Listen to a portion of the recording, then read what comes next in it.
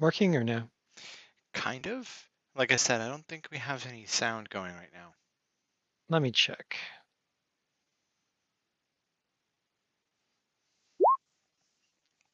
So I will probably be hosting you here. I should be hosting because I auto host.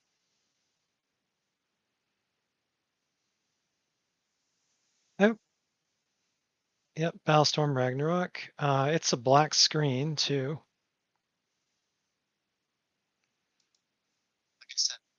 Okay, no, sound is going.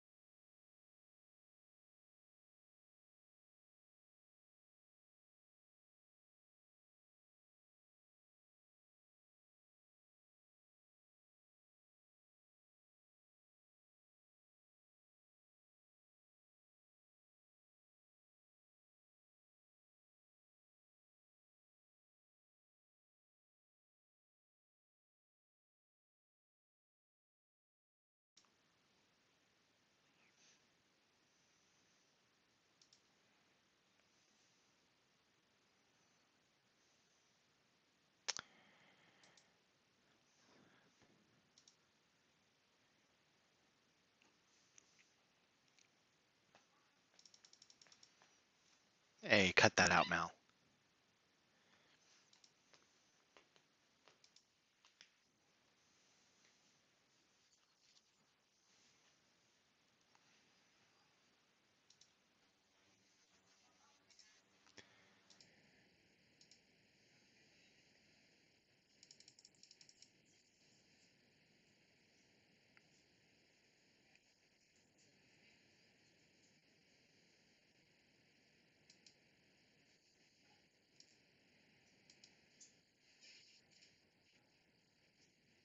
Mhm.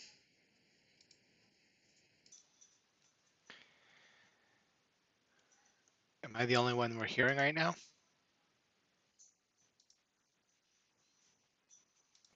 Okay, let me do this.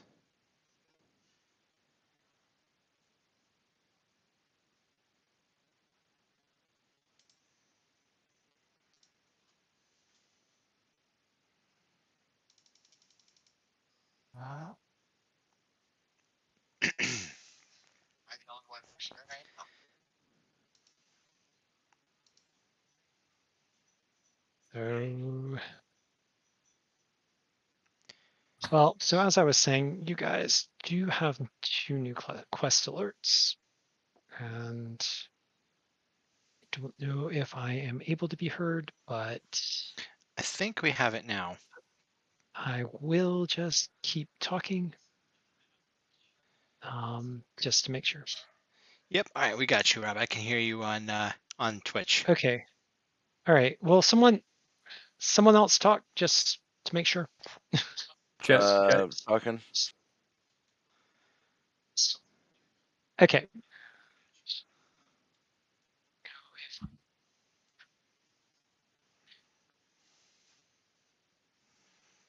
We good? Yeah. I don't know if I hear you yet, but because there's like a delay.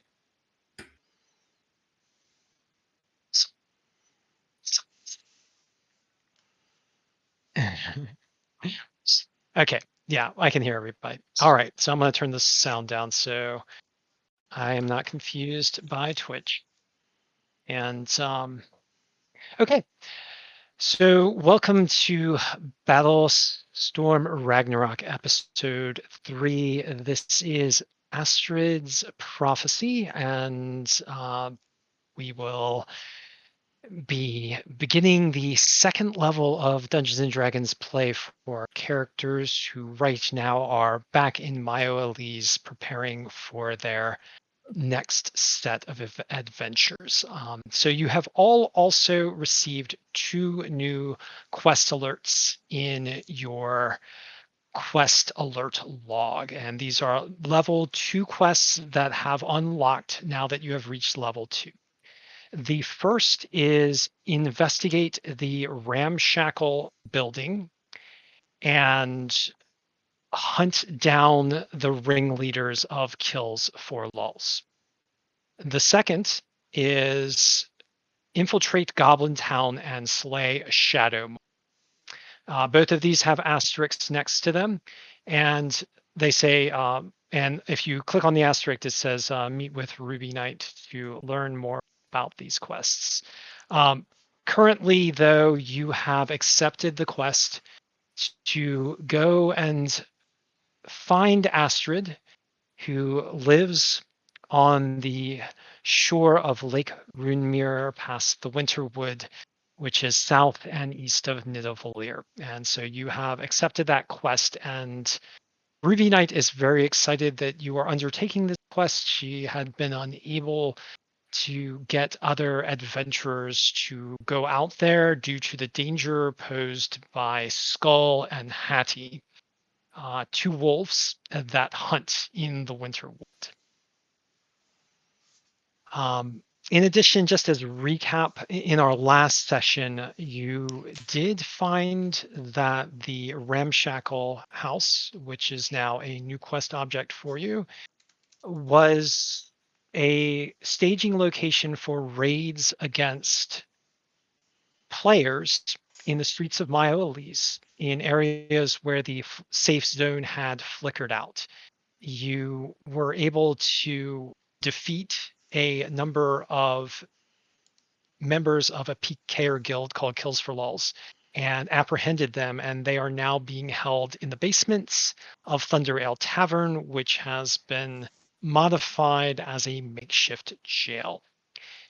In addition, you ventured out into the central lands of Midgard, and there you found this was also on a quest. You were there to investigate missing monsters, and there you found a favored farming location called Hobgoblin Hill, which many adventurers would go out and attack the hobgoblins as they spawn there in some ruins atop the hill.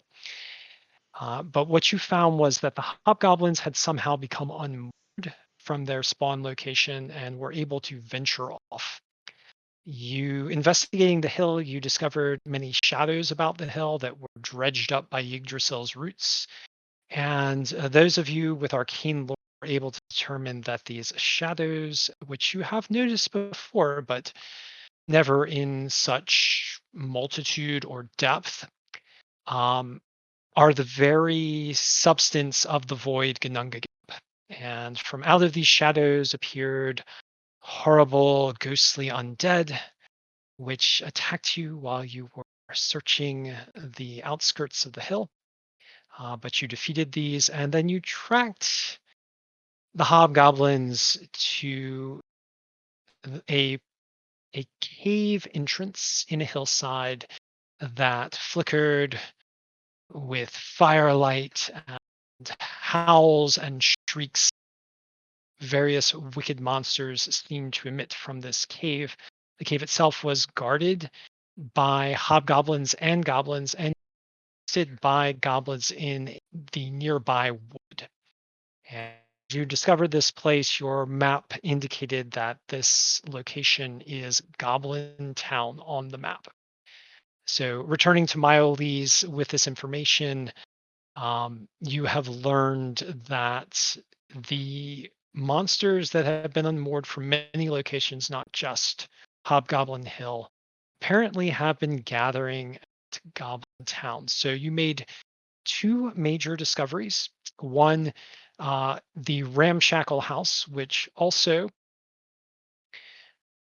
seem to exude some of the shadows that you have discovered in Yggdrasil's roots, ones that you know inhibit safe zone formation. You also know that these shadows, that when a player dies near or in the influence of these shadows, their remnants coalesce to form deep shard. And deep shard, you've also learned, can be forged into cursed items that you know now will deactivate the effects of a safe zone for players after they are possessed for 10 days.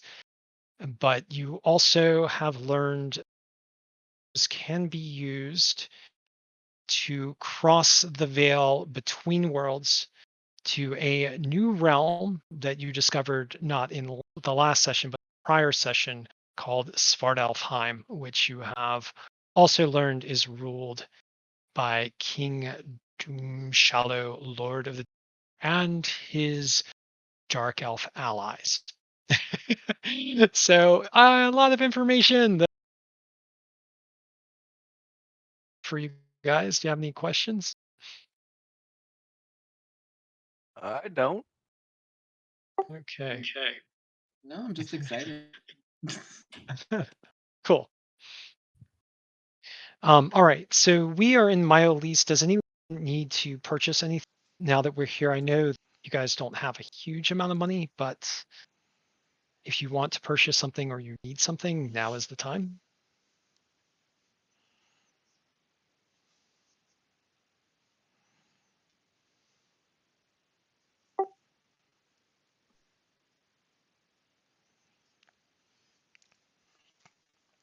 I think we're I ready use to get another- eaten by winter wolves. Well, everyone all at once. I just need one quiver of arrows. I don't know if it can take the gold out of the party fund for me. Yep, I'll do that. I mean, a quiver of arrows is not that expensive, is it? It's just one No. gold. Yes, just one gold. All right. And everyone, I think you previously subtracted the gold for the long rest at the inn. Pretty sure Chauncey took care of that last time. Yeah. I try. And I believe you stayed at Drift Globe Inn again. It's become a haunt of your company, which I think at this point still remains unnamed. No, we don't have a name. Not yet. But it is conveniently located right around the corner of the dim lamppost. Which still enters that node, which you cleared, but there's a gate in the node from which nothing yet has come, but you know on the other side of that is Sparta.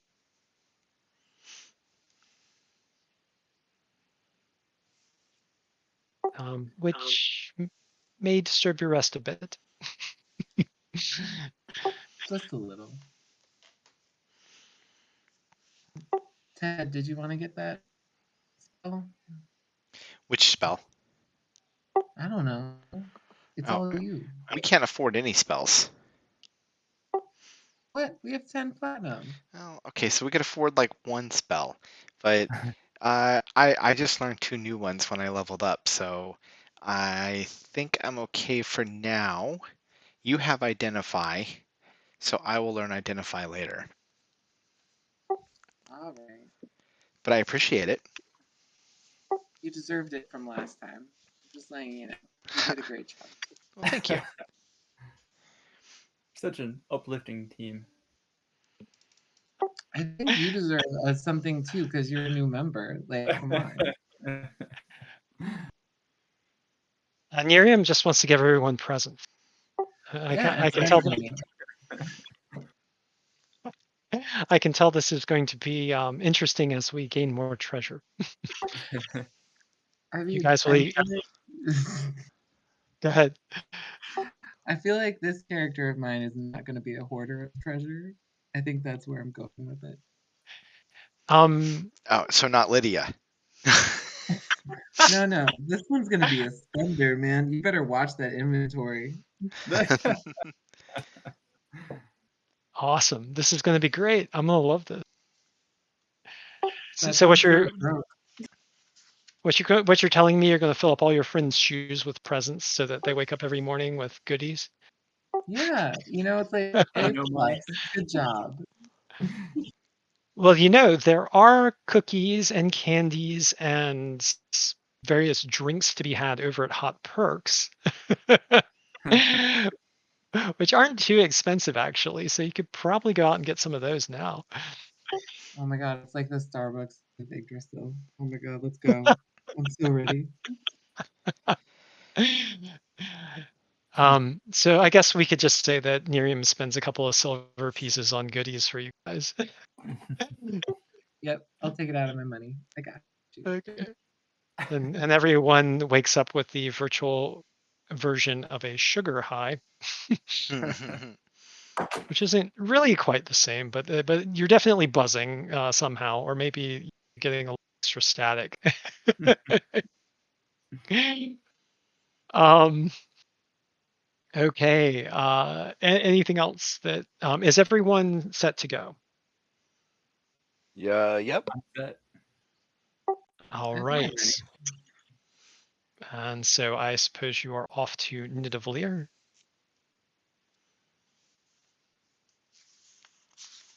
Yes, Rob, we are. Okay. So gathering at the teleportation circle at the prearranged time, which is probably sometime early in the morning, although, yeah, I think you probably need an actual period of rest. So in Battlestorm Online in the environment, it's easier to get like REM sleep. So basically everyone can rest for 4 hours and feel like refreshed in their thinking. Um, and then in addition to that, you also had your 1 hour long rest in the inn.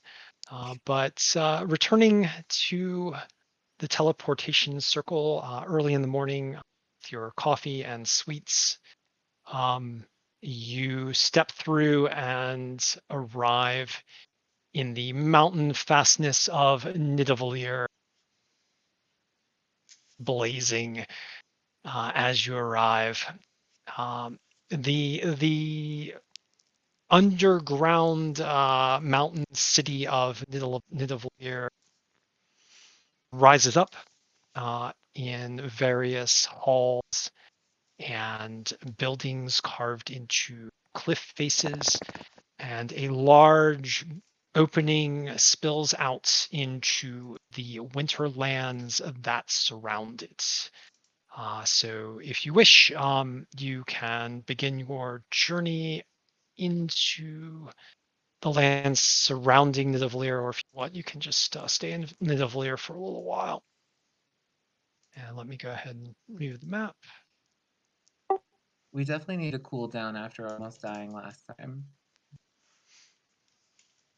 Well, you did that last night. And You guys almost died. We kicked the heck out of some hobgoblins. Come on, man. That was a good thing. All right. So actually, maybe I should move your tokens. Let me go ahead and just move your tokens to this map. We might want to represent where we are location-wise. So moving to the Nidavellir and Lake Runemere map, I'll put you guys over here. Boop. Okay, so everyone is. So you arrive at the teleportation circle in Nidavellir, the mountain is opening up to the south, and a road, a well-maintained road, leads off in that direction. It leads through hills, high mountains, and wooded area. So do you wish to proceed on your quest down the road and toward the Winter Wood, or do you wish to ride around Nidavellir for a little? I'm ready to go. Does anyone need anything here? I don't think we need anything. I think we're ready to set out. All right. Well, with a few words of encouragement from some dwarven NPCs that you pass, You exit. The gate guard himself turns to you and says, "Oh, have a care there, laddies. There are 2 dangerous wolves out in these lands. They've been known to hunt adventurers such as yourselves. Better move quick while there's daylight. I hear they prefer to hunt at night."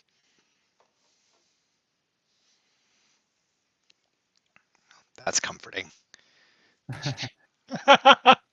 He's a You know, dwarf. you know where they've last been seen. Oh, indeed. Oh, they hunt the winter wood to the south and east. Although they've been known to harry travelers on the road now and then. It seems that adventurers are attracted to the lake for various reasons. So the wolves seem to have contented themselves with hunting those who pass through their lands. Thank you, good sir. You're welcome, but I would have a care. You look like the tasty type. Heard that Yeah. before. All right, guys. Well, should we head out? Let's kick it. Okay, so heading out into the morning on the road leading south from Nidavellir. You pass through forested lands, snow on either side.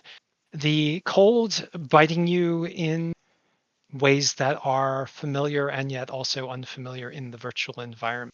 But you do rapidly get a sense of the wintry environment here. The trees, ice clings to the trees. The trees have a hard, dark look. Their needles glistening with frost in the sun. Although the shadows here are cast long as the sun shining out from the Midgard sky seems to cut at a low angle. You travel down the road, it winds, and then you come to a place where you would need to cut out into the winter wood to journey to Astrid's hut. And let me see here. Right about, yeah, here is where you would need to leave the safety of the Astrid's hut being here by Lake Runemere. And as you prepare to leave the wood, leave the road and enter the wood, the words of the dwarf echoing in your mind, you hesitate. Do you guys venture off into the wood? Well, in this moment of hesitation, Amon remembers to cast Vigilant Blessing on himself, which gives him advantage on the next initiative roll. Oh, nice. Okay. So preparing yourselves. Is anyone else going to prepare themselves? Yeah, I'll cast Mage Armor now.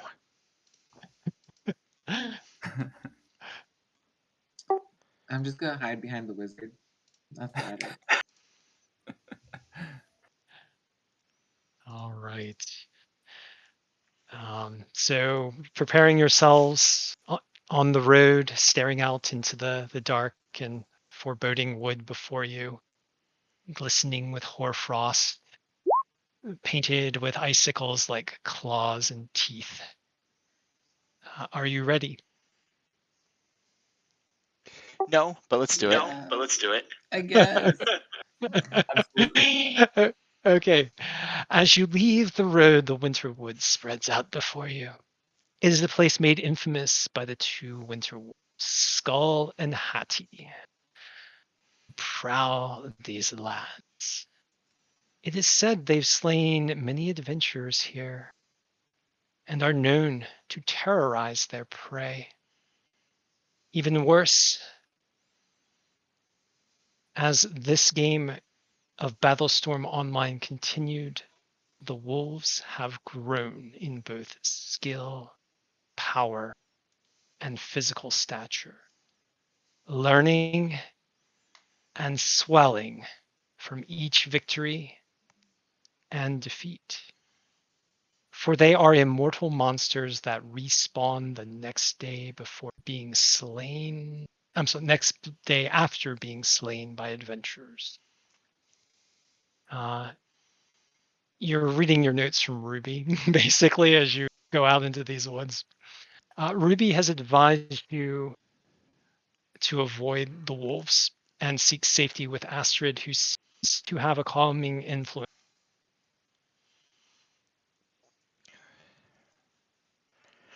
Well, maybe we can sneak through these forests, and our passage will go unnoticed. It only looks to be about a mile or so to Astrid's hut, so maybe we can get there without any encounters.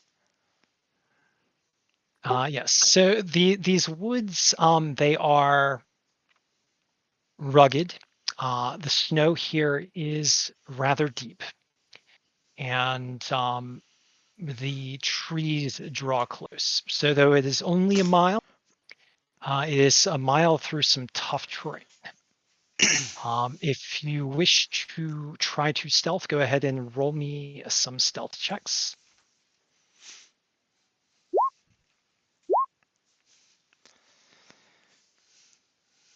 Okay, so let's see.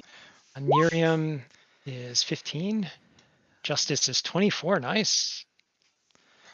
A lot of Amungder monsters within is 1 mile in a virtual world, though. All right, here we go. yeah. All right. So we have two that are 20. So we got 20 to 24, 15, 11, and a 15. Is that everybody? That it.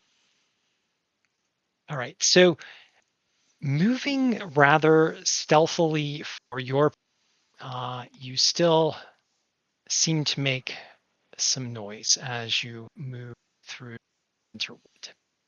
At least enough to alert the wolves. For as you travel about after you have traveled about a quarter mile, you begin to hear the wood erupt in howls. The eerie noise echoes off hillsides and nearby mountains. Its sound is enough to freeze your blood. You believe Skoll and Hati are on your trail.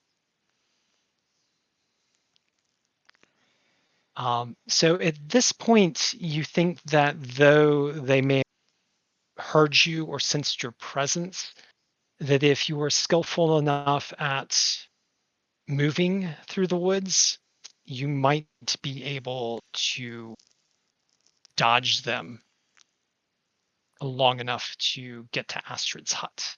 So if you wish, you can use your wood skill, which is survival, or I will allow you to also use deception to try and throw the wolves off.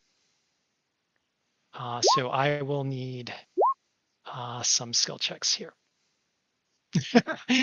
Miriam's getting freaked out. Okay. So we have a 20 deception from Miriam, a 14 survival from Justin's, 7 deception from Muriel, and a 6 survival from Amungder. And I'm sorry, Slayde was or no, that was Miriam. Okay, Slayde was an 18 survival. Okay, so we have a 20, an 18, a 14, a 7, and a 6. All right.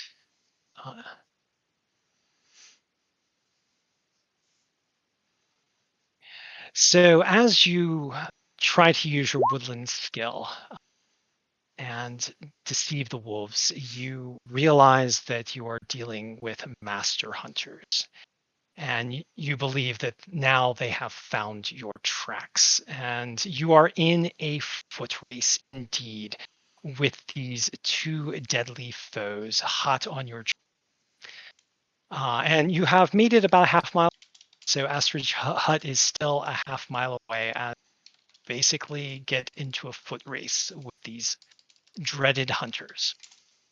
So I need each of you to make a Constitution ability check as you run to see if you have the stamina to beat the wolves to the hut. All right, Justice falls behind, Nerium falls behind. Amungdr, you make the check. Slayde, you make the check, and Amuriel falls behind. Now, those of you who've made the check, you can drop back to try to assist your friends. But since 3 of your friends fell behind, you may, if you wish, you can only help 2 of them speed up. So someone will be left behind, and might be caught by the wolves. We're not on leaving their own. anybody behind. No. Even if I am moving at a faster pace, I am not going to not wait for them. Okay. All right. So about a quarter of a mile away from Astrid's hut, the wolves corner you. And I will move you to another.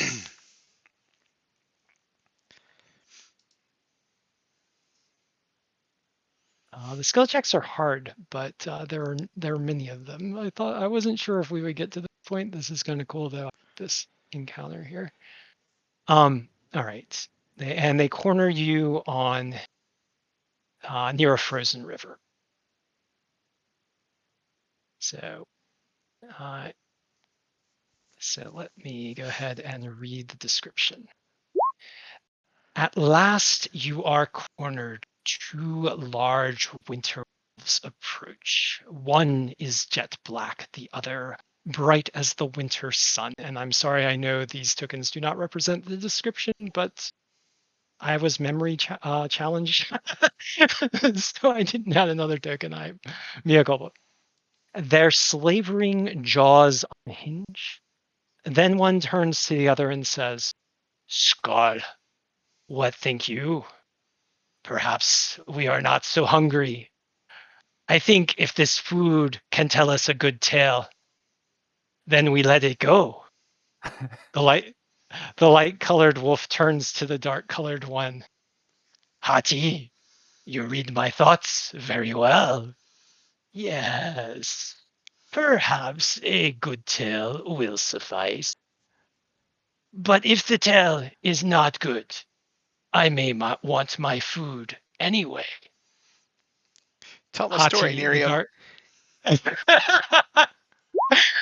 Hati, the dark-colored wolf, grins. "Then we shall have 2 of them lay across our jaws. If the tale is good, we shall let them escape.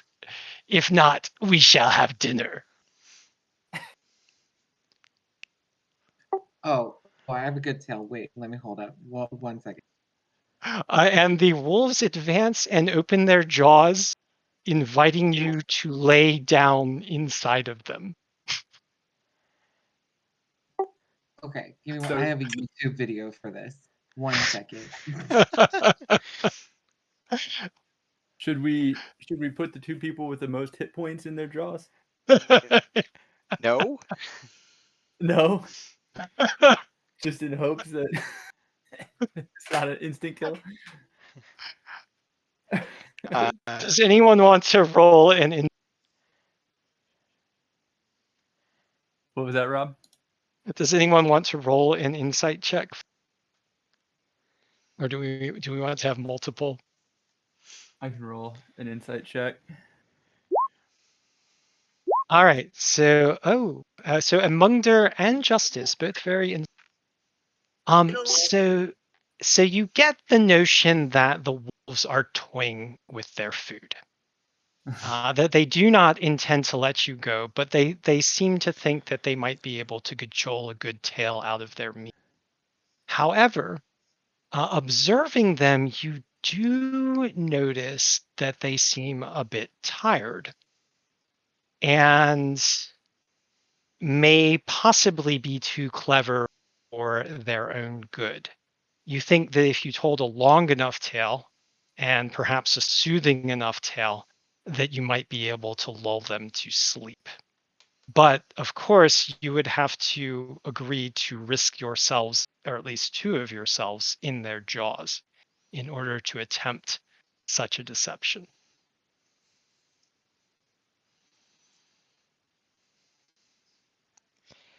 Man, with the way we are right now, there with them on either side of us, our whole party's gonna get blasted by breath weapons, and we're gonna all be fucked. Does anybody have a small dagger they can hold when inside the mouth? You should be able to see their hit point bars too. Mm-hmm. Do you see the hit point bars? We don't Not see the point numbers. number. Oh, you can't see the numbers. Nope. Hold on, let me reveal the numbers then, because you should be able to see that. How do I show you the numbers?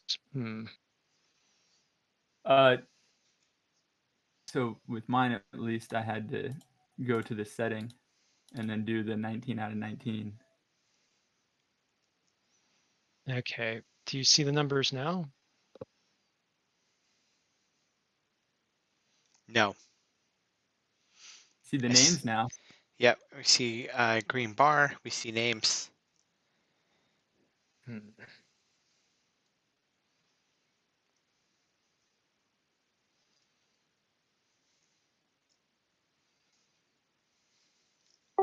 I'm feeling the Little Mermaid. Okay.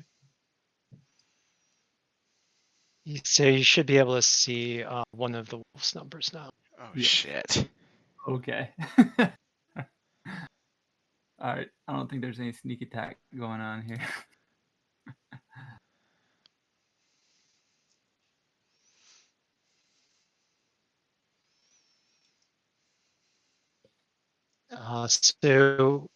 So Amuriel walks forward and bravely volunteers to get in one of the wolf's mouth. Which wolf do you choose, Amuriel? And Justice as well. So our two retirees are going to take the risk for their young whippersnapper companions.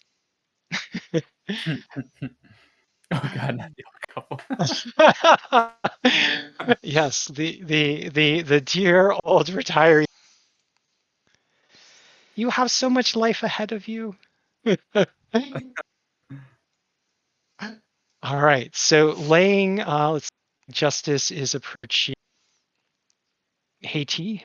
So laying in the jaws of Hati, Justice feels the jaws gently but threateningly close down upon him, teeth like daggers pricking his armor and parts of his exposed skin. And Muriel approaches Skull and receives the same treatment. The wolves, now that they have each of settle down for a good tale, and Skull around Muriel says, "Oh, very well. Begin your tale."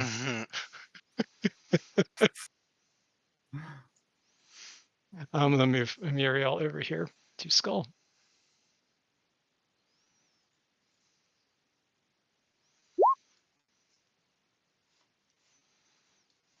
This is a lot of pressure.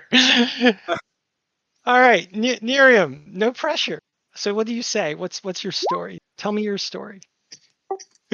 I don't know. I got the Little Mermaid. There's Frozen. What was the other one? Encanto. Oh my god, everyone loves Encanto. I'm gonna go with the Encanto story about a small Colombian girl who was the only non-magical magical daughter of a family of magical people, and how she overcame so many heartaches, and she found Bruno and she talked about him, and that's the story I'm going with. I can't really give you a story that's really good right now. This is too on the spot for me. I need at least 14 hours to prep this. Does anyone else want to narrate a little piece of Nerium's story and give me some more description? Anybody with performance? I mean, I can sing you this song. We don't talk about Bruno. Please do. Yes, please. Oh, Yes, absolutely. hold up. Let me get the lyrics. I got this.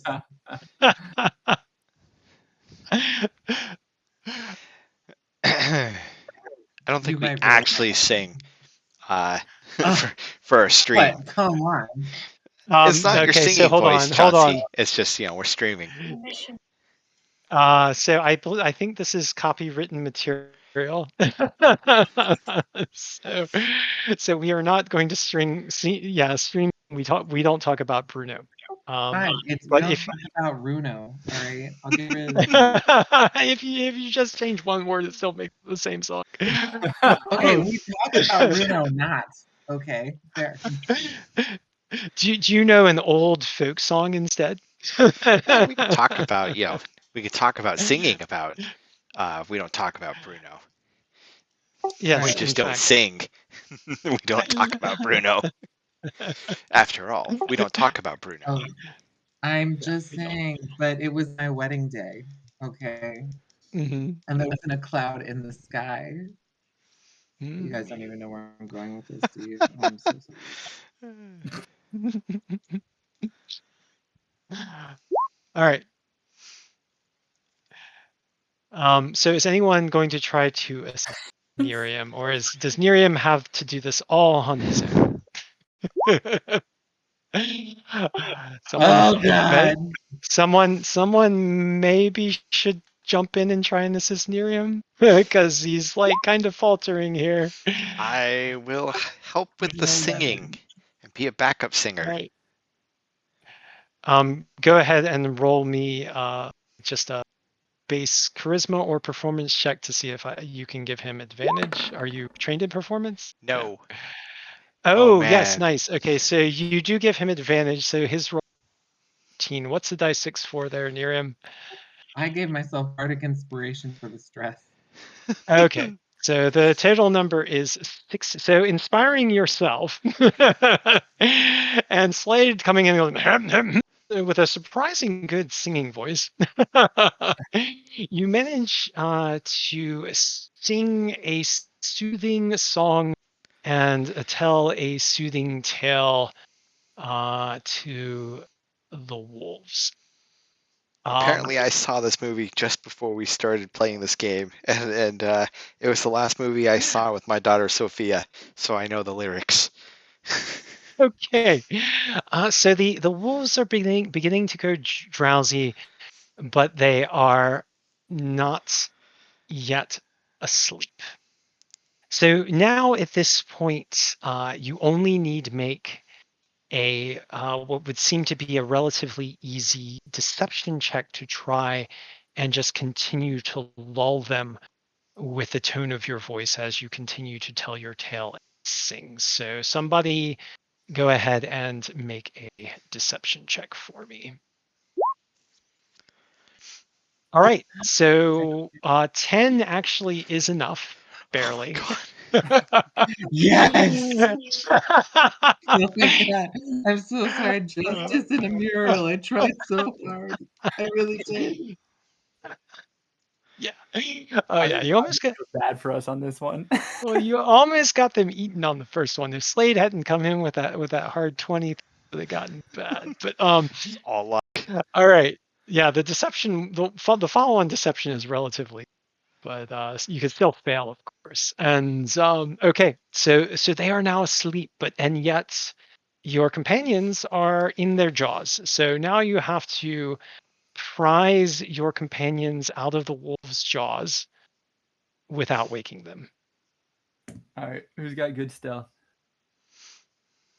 Actually, this takes a fine hand, so it will require um, either an acrobatics check for Justice or Amuriel to wriggle out, or a sleight of hand uh, check or a dexterity check for you to aid them.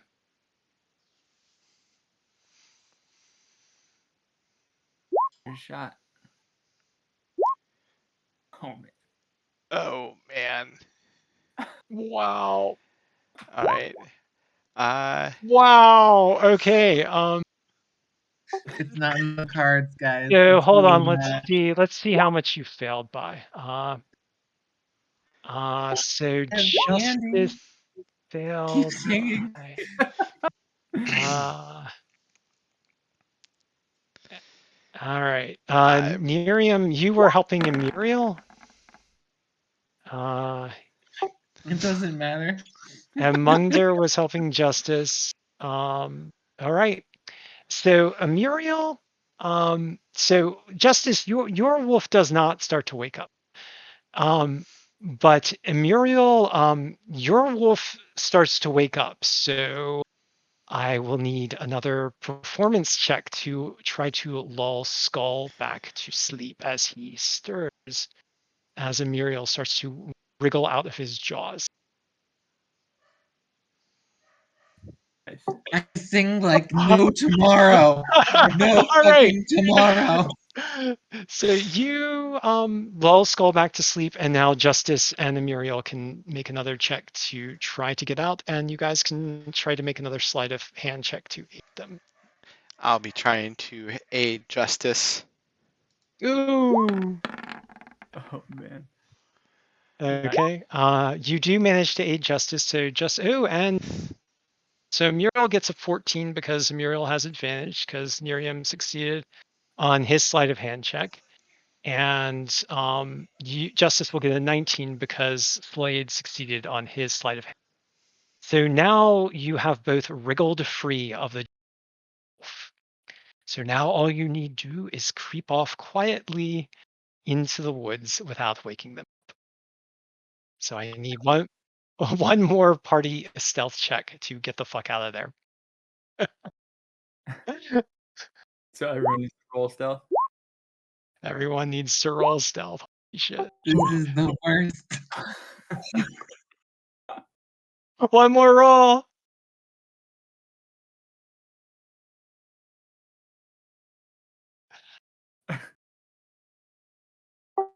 I think Ted is scared. Yeah, we're hanging on tenterhooks for Slade's roll here.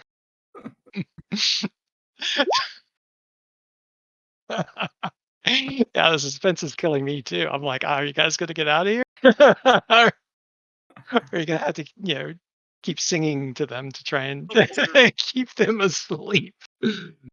We've moved on to surface pressure, just in case you were wondering.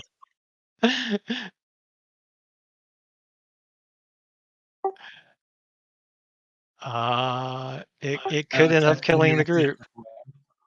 I didn't know if it would get to this skill challenge, but I'm actually kind of well, I can't say that I'm glad that it did yet because it might end up killing. These guys are really, really hard. I mean, might beat them, but yeah. All right, so I guess we are waiting on Ted. Ted walked away at the suspenseful moment. So I'm not rolling for him. I've had the worst luck. Someone else do it. you guys want to like bask in the fact that you haven't been eaten yet for a few more minutes? Is that it? Absolutely. Just give us a moment. We're gonna Give do the us a whole moment. soundtrack. I see. I now have to go and listen to this song that you were talking. Don't worry, it's in Discord. It's ready for you. Okay. Um. How do the teleportation crystals work? Do we have to be out of combat? You could use the teleportation crystals now if you wish. I think we might want to keep them ready just in case Ted steps on a twig. Yeah, you can ready an action to use the teleportation crystals. It'll teleport you back to Nidavellir, and you might have to try and avoid the wolves again. What do you think, guys? That's a genius idea. Watch Ted get a 20. Just in case. Can we do that now? Can I ready that action? Everyone can ready an action with the teleport crystal, absolutely, if they wish. Okay. Based on a fail from Ted. essentially. Yeah, if the wolves wake up. Okay.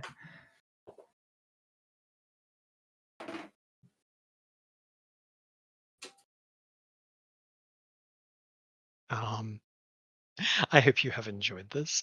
I have. It's like grim fairy tale story time. Oh, I should have gone with a grim fairy tale. Oh, I would have rolled it. Yeah, I loved grim fairy tales when I was a kid, and those are actually evil. I mean, I looked back and I read those, and I'm like, man, they're awful. And I guess as a kid, maybe you don't understand them as well as you do when you're an adult. I was searching for the Cherokee tale of the white wolf and the black wolf. I was gonna read that. Mm. Find it in time. Yeah, it's interesting that Skoll and Hati are very similar to some North American Indian or Native American myths.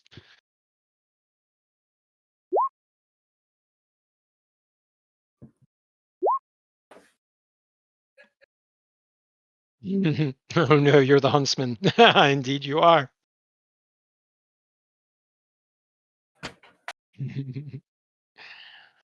Hmm. So yes, Astrid's hut is. I mean, you can see it just a quarter mile away. You're like, oh, it's so close, and the lake mirrors, frozen, reflecting the sky, and it's perfect pane of glass like ice. Yeah, you're in the red. You put it on your head. I mean, you're always in the red. I know, and I'm with a grandma and a huntsman. Like, shoot, doomed. Mhm. And we're on a bridge. Oh my god, through the You guys, woods. you guys finally noticed that, right? Oh my god, Rob, you set us up Hey, for destruction. I'm hey so there, sad. little red. No, I don't think I can sing that. Yes, I will. My wife is asking me to quit. We do have a basket of goodies because I bought them this morning. You have a basket of goodies. I allowed you to do that. You set this up. I like it. Good job.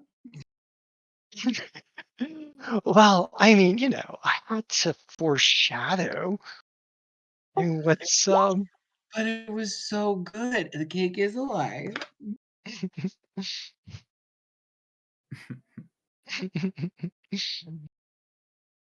the cake is alive.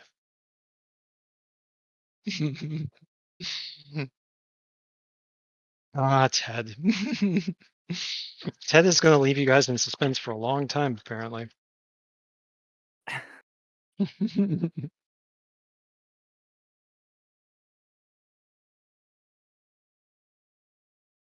um, well, so yeah, so you guys are like walking into the woods. Somebody steps on a twig because I know it seemed like someone rolled really low.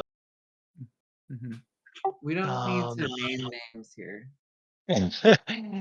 oh, it was Nerium. Well, actually, no, seven's not that bad. Nah, I wouldn't say you stepped on a twig loudly. Maybe into like some leaves that were only lightly covered by snow, just kind of rustled them a bit. And Amuriel, also made a bit of noise, a bit of creaking from her armor. But Justice and Amungder seem to be quiet enough. Um, although the wolves Hati may have stirred there for a moment. You're not quite so sure. Oh, so we understand that the cake is a lie. Ah, so funny. I thought it was goodwill, Rob. I really did. I thought my character connected to you. Oh, it was all goodwill, which makes it even better because then there's irony. I mean, even like at least on my part, dramatic irony because I knew it was going to happen. I was like, this is just too good. Yeah, he wants to give them goodies, so let's let them get goodies.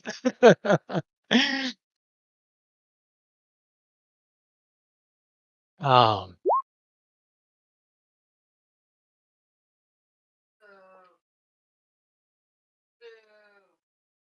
I'm gonna have to learn how to edit videos.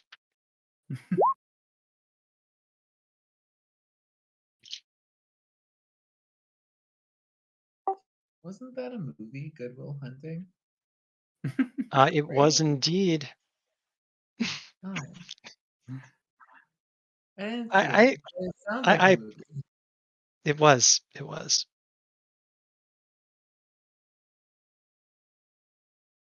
It was indeed a movie, Goodwill Hunting. I think I saw it, but I don't remember. I don't remember it. Not off the top of my head, at least. I think it was a Matt Damon movie. Yeah.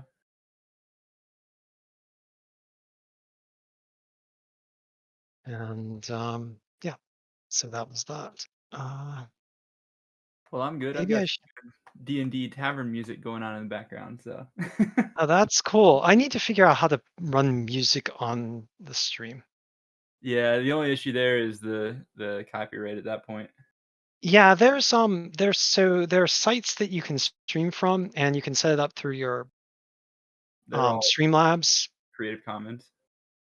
Yeah, they're all Creative Commons, but I just haven't found anyone that I really like that much yet. so That's the so it's issue with just kind free music, right? of yeah, it's like free and then quality, but it's kind of do not intersect. But it's just more just a question of time, like sorting through all the little True. And files and yeah. And I mean, if you really wanted to get serious with it, you could find, I'm sure, people on SoundCloud who'd be willing to give you a license. yeah. And I do actually own some music, kind of that Bill Jackson produced for Luthiel's song. Oh, cool. So I could dig that MP4 up on one of my old computers and throw it on and just run that in a loop because it's kind of medieval and kind of light lyrical music, which probably would go well with Dungeons and Dragons. I have to listen to it again, but I think am I going to need to text Ted and see what the heck's going on? Might not be a bad idea. Because this is actually starting to drag on.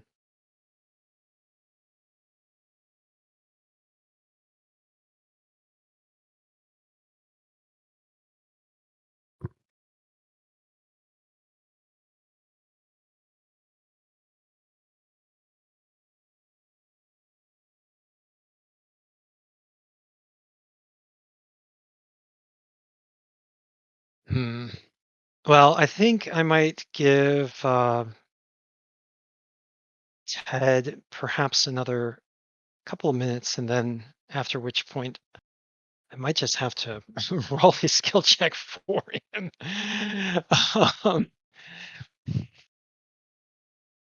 Because this is starting to drag on a little bit. It's been about, I don't know, what, almost 10 minutes?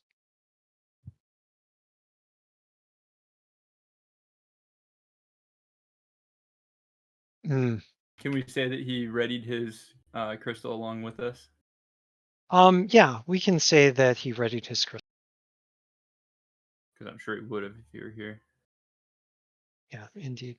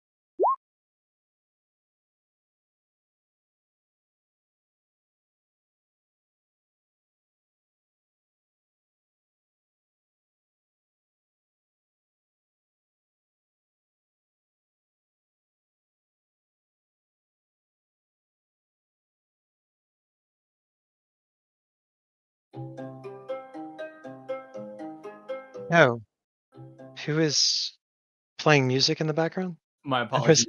that was that a ringtone? No, this is what Muriel sent. Oh, It was louder than the last music I had, so my mic started picking it up. oh, cool. All right. Well, I have been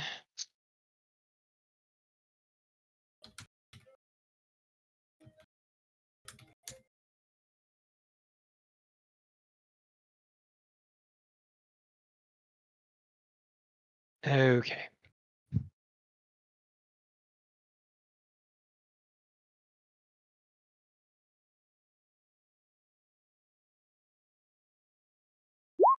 All right. I think that I will go ahead and just see if I can find his stealth. So we can continue on.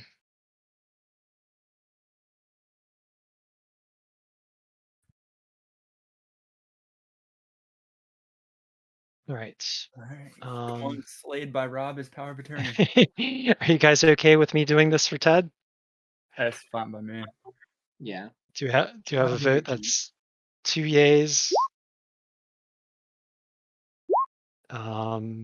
Muriel's yes, and Justice. Yay or nay? All right, so I guess we continue and deal with the consequences. Okay, yay. So with the wolves fast asleep from your fine singing and lullabies, you do manage to at last sneak off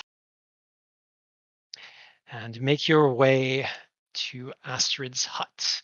And I will go ahead and move you to a new map here. So you escape. um, I hope you enjoyed this little skill challenge. All right. It was good. It was hard. Some of there were definitely a lot of layers to it. Okay.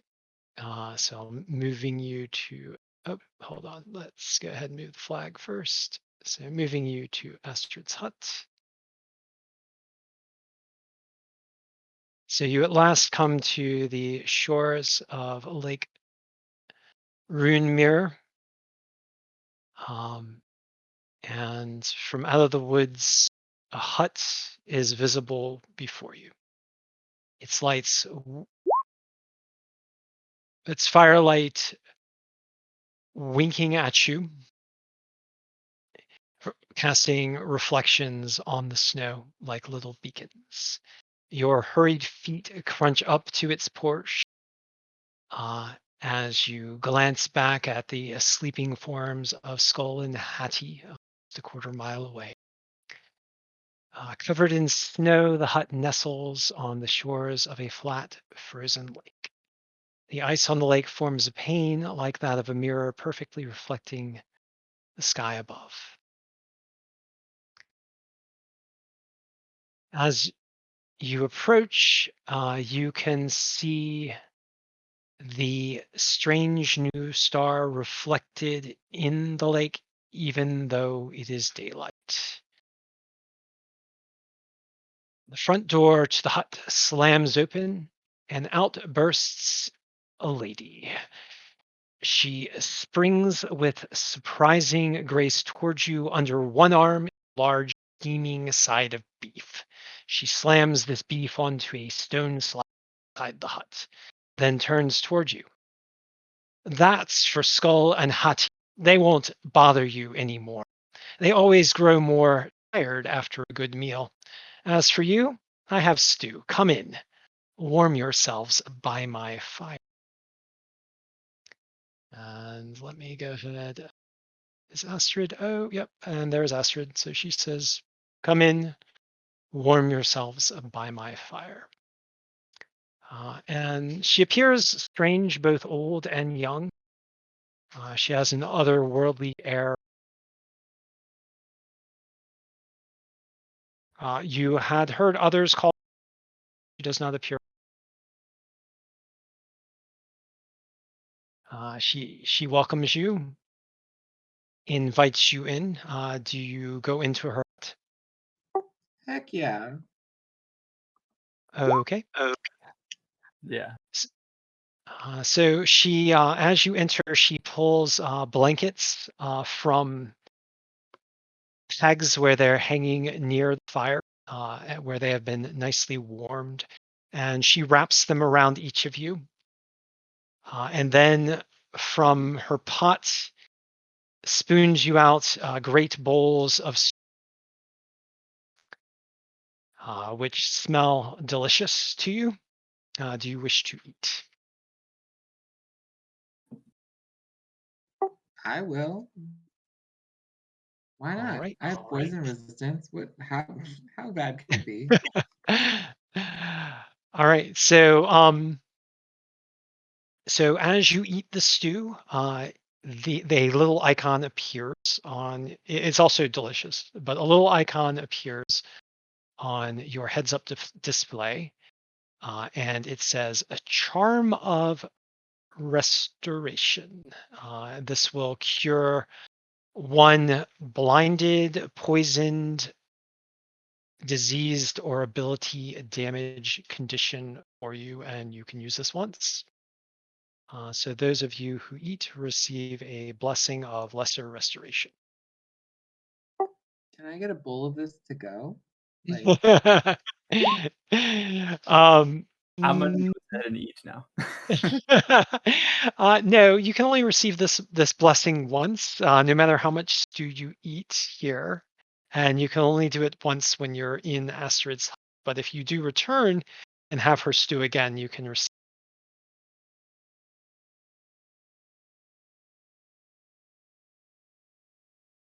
Um, I found a new best friend.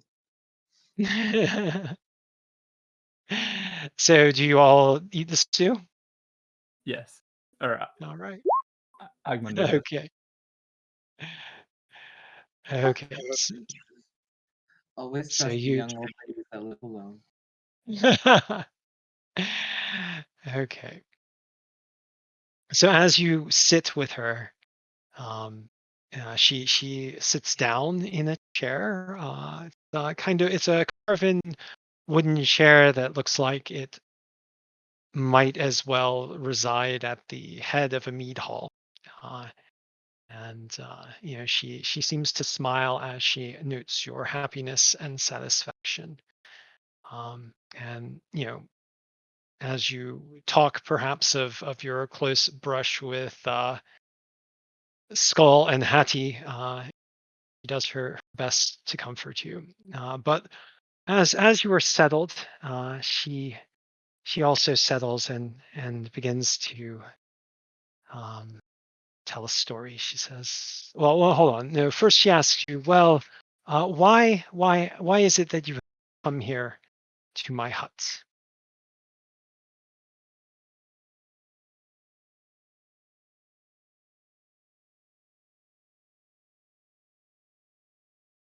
We have been asked to search far and wide across these lands to attempt to determine the purpose of this star that is now seen in the sky. She says, "Well, indeed, as Odin saw the rune reflected while hanging upside down from Yggdrasil, so too have I pierced the strange star's mystery. I might tell you the tale now, but to fully know it, your minds must be opened. And to do that, you'll need the help of the blue bullywugs. They live on the shores of this lake, frolicking and cavorting through the summer, but as the chill winds begin to blow Nidavellir and the winter wood, they begin to tire.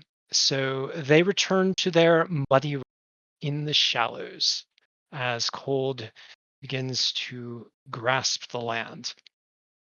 You may find them slumbering there, even not far from my hut. If you go, and lick their skin, just the blue ones, mind you. It will prepare your mind for the prophecy. Go, do this, and return fast enough, and then I will tell you the tale of Ragnarok and of the eye in the void. Okay, I'm down. That's a little questionable, but okay. Oh, like you've never done this before. No, I've never licked a frog. Sorry. Oh, we're gonna have true confessions here. Who here has licked a frog? I mean, come on. Snakes and frogs are the same thing. Spending most of his life in the woods, I'm sure Agmundr has licked a frog before. Okay, so venturing out into the chill. Again, you find that the beef has already been quietly taken from the slab. So apparently its smell was enough to rouse the wolf to come get it. Then, of course, apparently they've slunk off into the. This is the only sign that you have noticed again of Skoll and Hati appear to have disappeared. But near the lake shore, there is a dock, and the lake's surface is quite clear. And I noticed that Agmundr has already made his way to the water. So close to you, you can begin to see actually the bullywugs slumbering in the shallows through this pane, like this ice, like a pane of glass. And so I'll start to some of these bullywugs for you as you get close.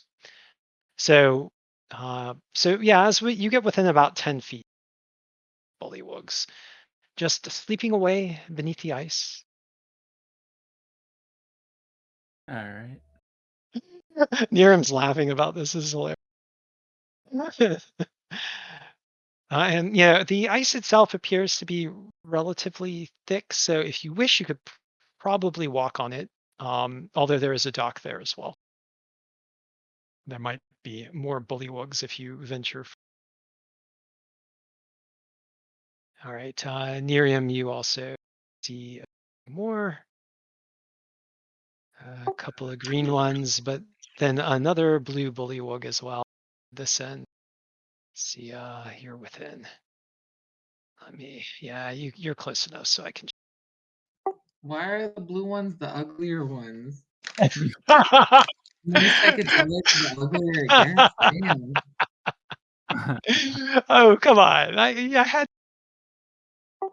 Rob, Ew. I would totally have licked the green one. It looks like a snake. It's adorable. Blue one looks like it just ate someone's. Yeah, okay. And you hear the echo of Astrid's voice in your head. Only the blue one, but they're so disgusting. I shot back. What about the green ones? Astrid's hut is quiet. All right, guys. How are we gonna get through this ice? Amuriel, do you think you carry a sword, correct? Let's I see, mean, Amuriel. oof.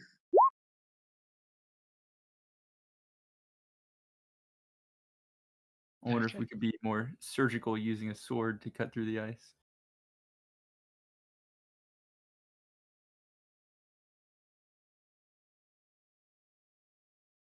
Okay. Well, there are some bullywugs out there. Do you wish to try and get them out? Yeah, I mean, I think we should. What do you guys think? I think they're gross. They are gross. They're freaking frogs. I mean, frogs are cute. That looks like a toad monster mutant. Okay. Oh, no. All right, guys. How do you think we should go about getting to these guys? We should warm them up. They look cold. Where's our wizard? They're under ice though, right? So they've got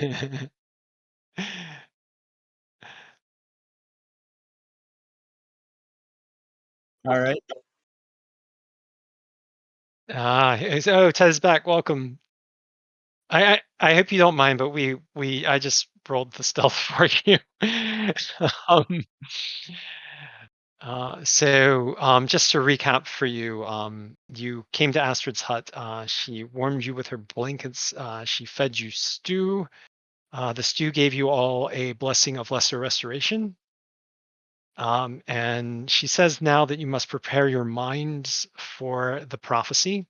And to do this, you each have to lick a blue bullywug. But they are sleeping under the ice, so you have to break them out in order to lick.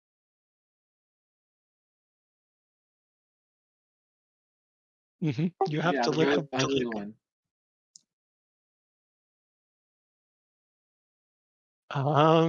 They look kind of poisonous. Yeah. As Miriam was, the green ones look nice. the, the blue ones look kind of ugly and nasty. But you don't lick frog.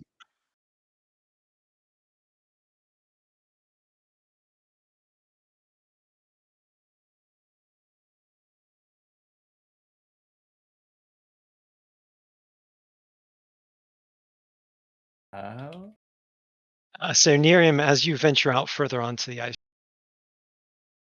bullywug. I do not. The ice is very solid, but you do think that if you hack through it, there's water where the bullywugs are resting in.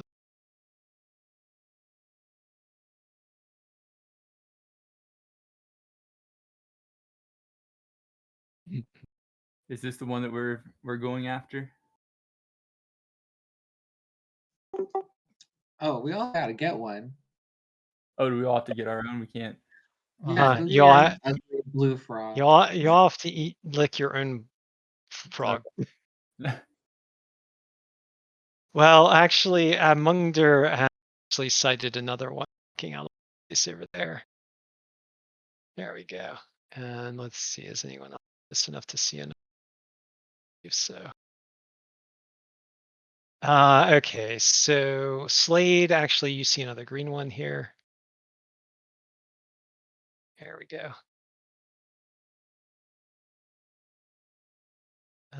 They seem to be all over the place. Rob, do I know anything about these frogs other than their color? Do you know anything about the frog bullywugs? Well, you go ahead and roll a for me. Oh, which one? Which one? Nature.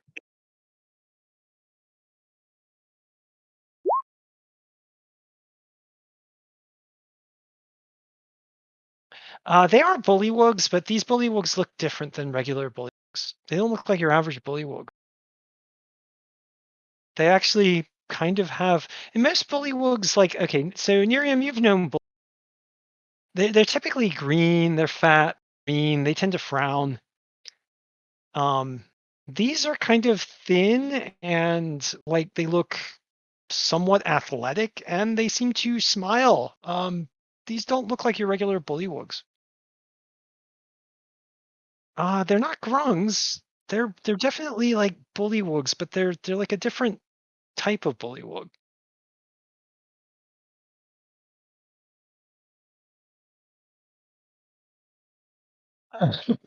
Okay, if you're just using a dagger, go ahead and roll an check for me. And yeah, that might be difficult. Yeah.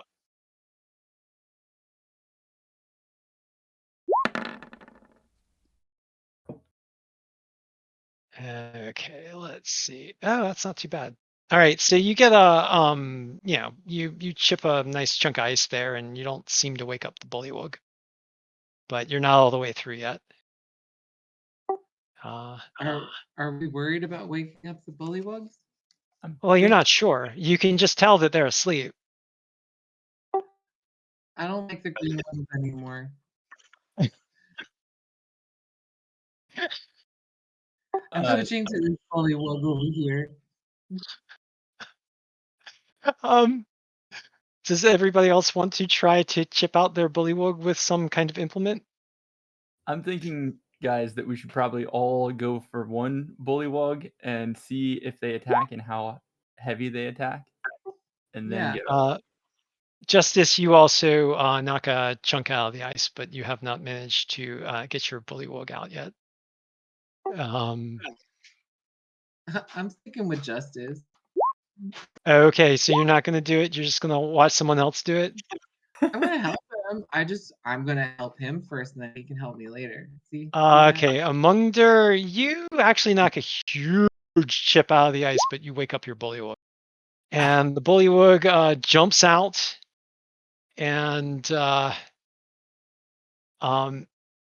like grins at you happily and ribbit very loudly, and then jumps over to this green bullywug here, and pulls out a cudgel and smashes it into the ice expertly and wakes up that bullywug. And then that one hops out. And let's see, the bullywugs are the other ones. Okay, and then the green one also hops over and tries to wake up one of his friends. Let's see.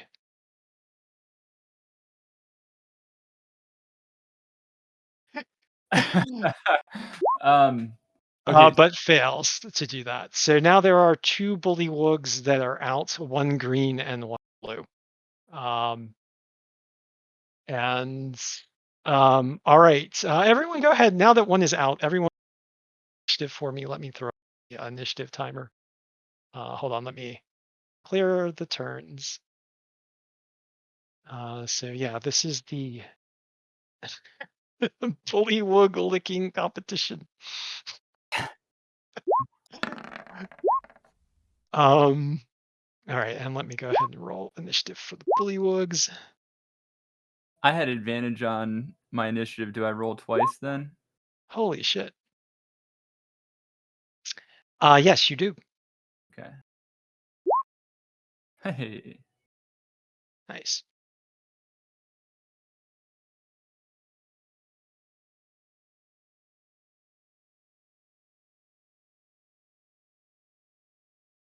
All right, let's set this in descending. Has everyone rolled initiative? It looks like everyone has. Okay. So we have two bullywugs that are awake. So this green one tries to wake up his companion again by smashing at the ice with his cudgel, and is very gleeful at all this. It seems very happy about you being here and him waking up. So this one is awake now, and I'm gonna go ahead and add some dots to these guys so that we know who's awake. We'll give them little brown dots because they've been sleeping in the mud. And move this guy for a sec so I can get his dot. There we go. And then the blue bullywug over to this other blue bullywug, and seems to be pretty expert with his cudgel and automatically smashes him out, and he's awake. And then he jumps over here to the green one and wakes him up. And then this green one moves over here and tries to wake up this one.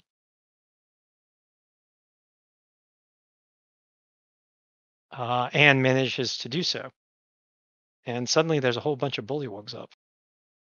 Let's see, there's that 6. Yep, there's 6. So once there are 6, they all erupt in a chorus of ribbit.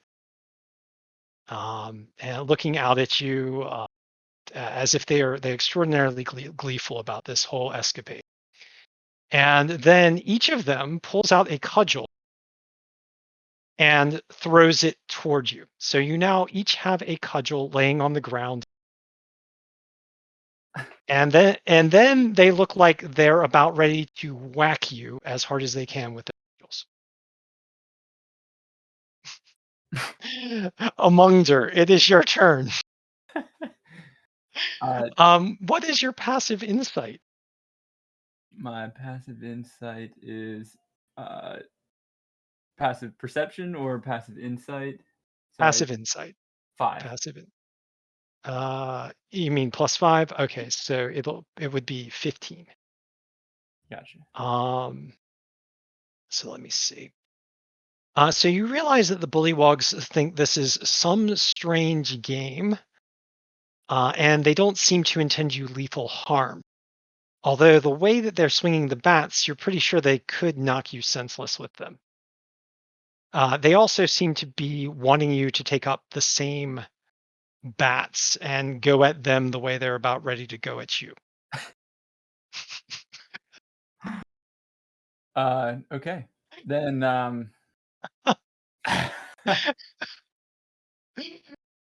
all right, let me figure out what I want to do then. Yeah. You don't see the HP? Okay, here. I'll go ahead and set the HP for you guys. Yeah, they each have 500 HP. Just joking.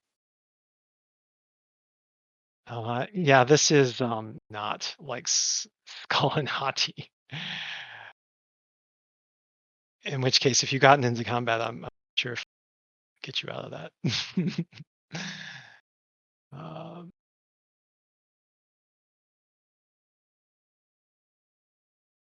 so while Okay. I'm doing this, what do you wish to do there, Amungder, with So these insights? am I able to use my cantrip Mage Hand to try to pull the cudgel out of this guy? And let me. How do I? So there is a cudgel just sitting on the ground next to you. They each pulled out basically. They pulled out one for themselves, Mm-hmm. and they appear to have very deft hands, so they're like able to pull out two at the same time. Okay. And they pulled out one for you as well, and then tossed it to you. So there's one laying at your feet. Okay. Then all right. I'll pick up the cudgel. I'll play this game. Okay. So when you pick up the cudgel, they all ribbit approvingly, and then wave their own cudgels in the air, like beat the heck out of you with them. Okay. Yeah. So I now have the cudgel in my hand, and I let's see. I use my telekinesis to pull this one 5 feet closer to me. So this guy here. Okay. Does he make like a strength save? Let me find that. Sorry. Bonus action. Yes, strength saving throw DC equal to 8 plus my proficiency bonus and the ability modifier of the score I increased wisdom, which is 3. Okay, so a total of 5. So the DC is 13. You do pull him 5 feet closer. Okay. He lets out a louder And as he slides forward to you. and I swing the cudgel at him. Okay, roll the hit. Okay. So you can use this cudgel as if you were proficient in it. It seems to fit in your hand rather well. And there must be some kind of magic to it because it's, you feel like you could use it either with your dexterity or. Okay. Cool. Oops. Sorry. Oh man. What am I missing? Sorry. I hit the wrong one, I think. Oh, okay. So you rolled a 12, so we'll keep that number. And what's your strength, or what is your highest score between strength and dexterity? Oh no, it's Dex is 2, but I think I hit the saving throw instead of the. Oh, so we just had 2 more. So you rolled a 16. That is a hit. And the damage on these cudgels is 1d4 plus your dex mod. Okay.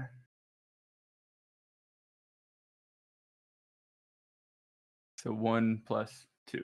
2. So you do 3 damage to it. It lets out a loud ribbit of approval as a bruise appears on its skin.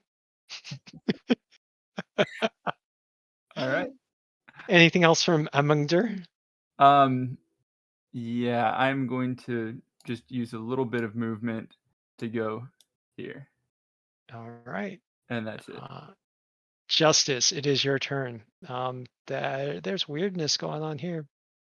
I am going to try to grapple this bullywug. You're going to try and grab him? Okay. Which one?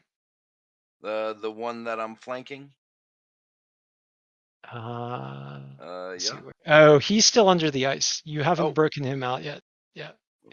So only the ones with the orange dots are above on the surface. Then this one. Okay, you're gonna try and grab him. So let's see. Roll an opposed grapple strength check.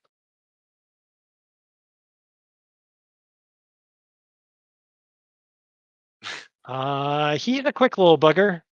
So he squirts out between your arms like a greased watermelon of the blue variety, and lets out a loud, approving ribbit, and swings his cudgel playfully. And I don't know. You're like, ooh, that might hurt. Anything else from Justice?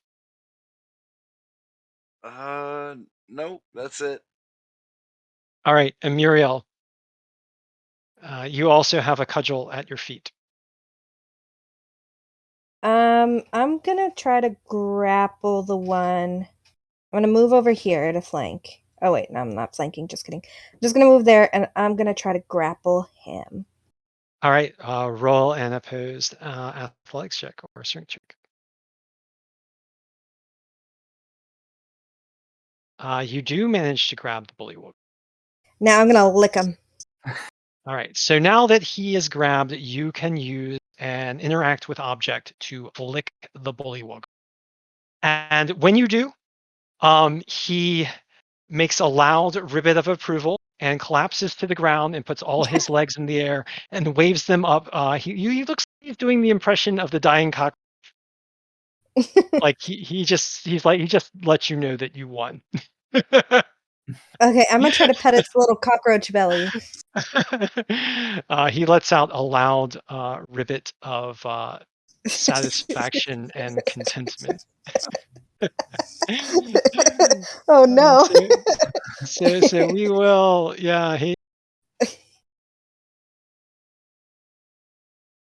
And so we will mark him out of the combat. Of course, he is not dead. I'm just going to put an X on him because he has been licked.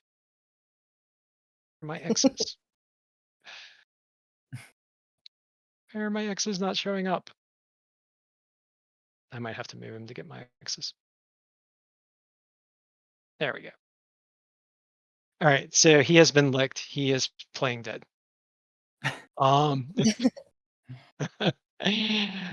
Okay. From Amuriel. Oh, and you start to feel a little. So you have now gained the poisoned condition. You could use your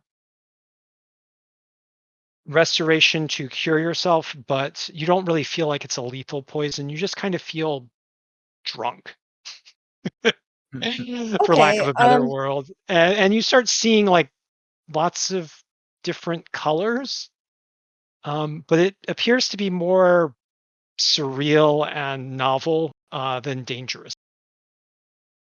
I'm gonna yell out, "You guys should really try these puppies," and I'm gonna move right here, Okay. and that'll be it. All right. Yeah. So you kind of stagger over in that direction. Any like check or attack or combat that you check that you make at this point is with a disadvantage because you are a little bit. You're buzzing pretty good here, but you're really happy. I mean, this is kind of cool. Okay. Okay. Slayde, it is your turn.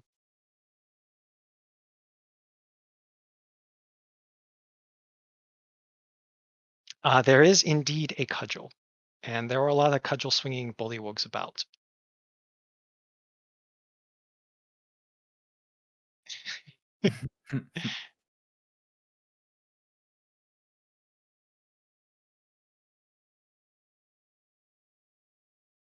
Oh, well, that makes life easy.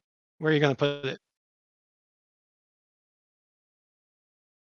It's 20-foot radius, so let me go ahead and grab template.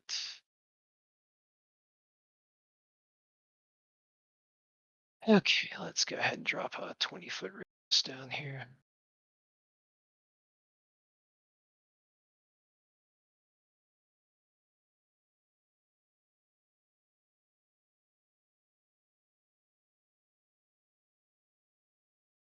Is this right? 5, 10, 15, 20.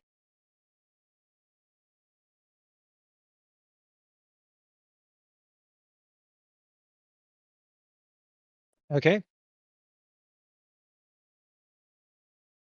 Well, looks like Amuriel. How does Justice have?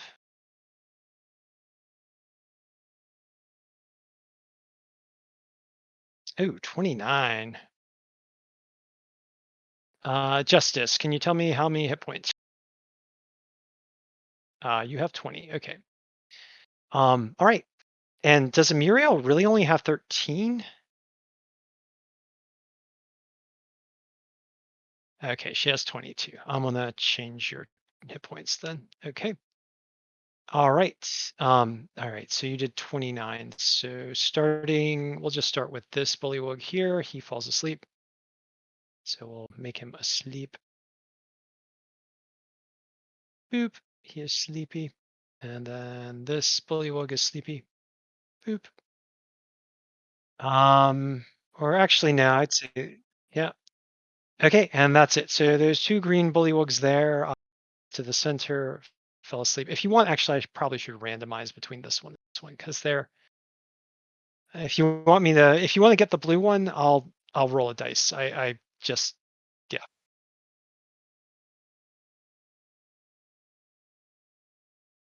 Okay, high or low, Ted? Okay, Rob, yeah. Okay, fair enough. That works too. Okay, so you get the blue one, and if you lick him, you'll be high. And he is now asleep and easily lickable.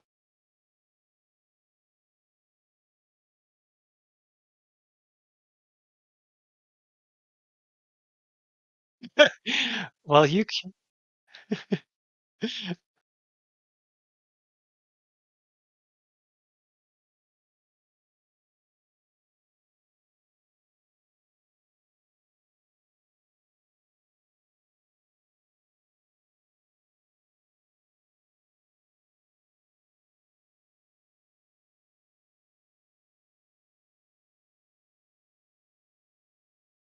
All right, so you now also are feeling very woozy and buzzed and happy, and you're seeing all the pretty lights.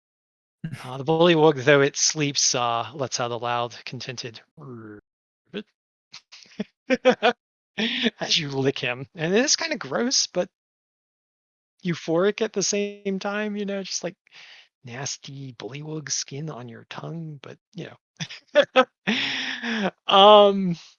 but yeah, and yeah, Ariel is right.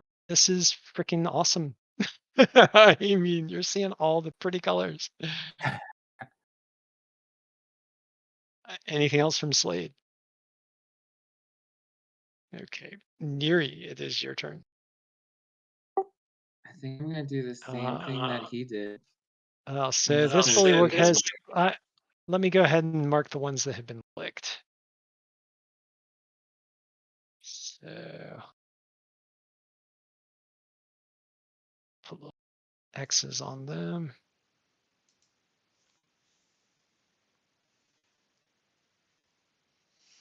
All right, those 2 have been licked. I'm just gonna cast another sleep spell on them too. I don't want to hurt them. They look like they're fun. You know what I mean? Okay, well, go ahead. Where are you? Just plop the sleep back where you. Yep. All right, 23. So we'll start with the one closest to the center. He falls asleep. Boop. And let's see, what's the distance from center here? Right, and then this other green one falls asleep. Boop. All right, and you get 2 more bullywugs that are asleep. Cool. Wait, one of the Mm. lights. that you put to sleep, I think, was under water still. Oh, that's right. That one is underwater. You're right. Thank you. And okay, so this one, hold on. Let me get the distance again. The blue one and the green one are the same distance away.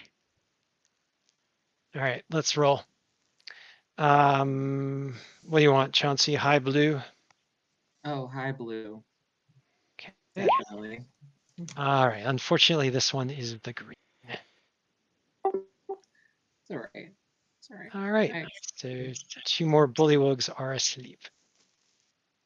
So right now, the only bullywug that is awake is one of the blue ones.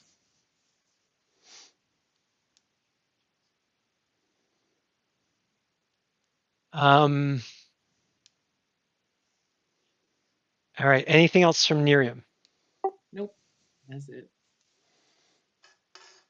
Okay. Yeah, for some reason the bullywug's initiative just changed. There we go. All right, so it is the bullywug's turn. There's only one bullywug. This bullywug looks at you, Agmundr, and ribbits very loudly as it hops away, drawing an opportunity attack from Amungder and Nerium.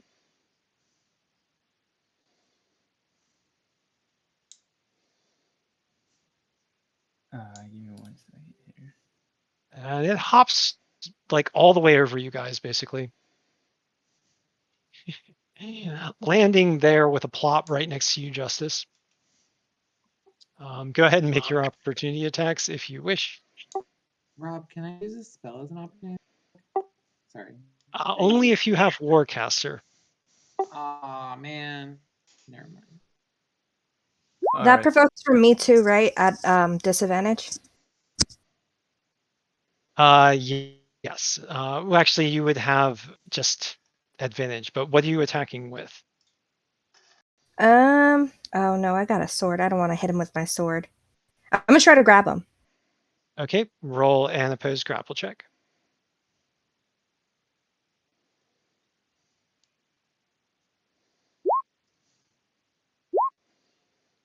You do grab him. You gonna try and hit him with your rapier, Nerium? It's all that I have. It does do lethal damage. Oh, man. I do nothing. Okay. That's what I do. Amungder. So did Amuriel grab him? So she has him? Mm-hmm. Yeah, she does have him. Mm-hmm. Amuriel, are you holding him out to me? Can I lick him? You can lick him Amuriel as an opportunity attack. Lick it good. I licked that blue little bastard. All right. So yeah, the lights explode in front of your eyes, like pow, and you're like, whoa, there's a skull, and you kind of reel to the side a bit. The bullywug lets out a loud ribbit of light and starts doing the dying cockroach. So let's see. I should mark those of you who have licked the bullywugs. You guys are going to get pink dots because this is. You're definitely seeing the pink dots hovering before your eyes. What do I have to be All Mr. right. Pink? Everyone is Mr. Pink now. Everyone's Mr. Pink. Careful. Okay. Sorry. Actually, what was I moved the wrong bullet. Okay, so I should remove this dot from this bully. Okay. Oop, oop, and I should put this bullywug back to here. Okay. All right, so there have been 3 licked blue bullywugs. There are 2 of you remaining of the with their cudgels held, or not held, but idle beside them. What do you guys wish to do? Nerium might sit this one out after seeing everyone have a psychedelic moment. Justice, do Do you want your own bullywog?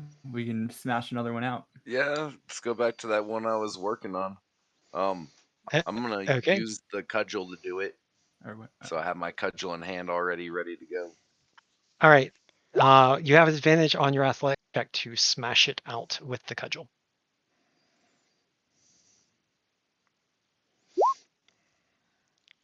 But apparently not 6. well enough. But the effect is basically the same because you fail by 5, and then the bullywug wakes up and hops out over to here, and then uses its action to wake up this bullywug.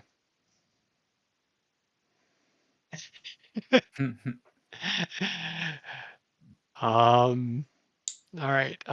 So anything else from Justice? Oh, hold on. Then that bullywug gets an action. So he hops over to here and tries to wake up this bullywug. They seem to be very spry on waking up. They're like, boom, just right out of the water. But that one does not wake up that bullywug. Okay. So there is another blue bullywug out. Anything else from Justice? Nope, that'll be it. Okay. Amuriel, it is your turn.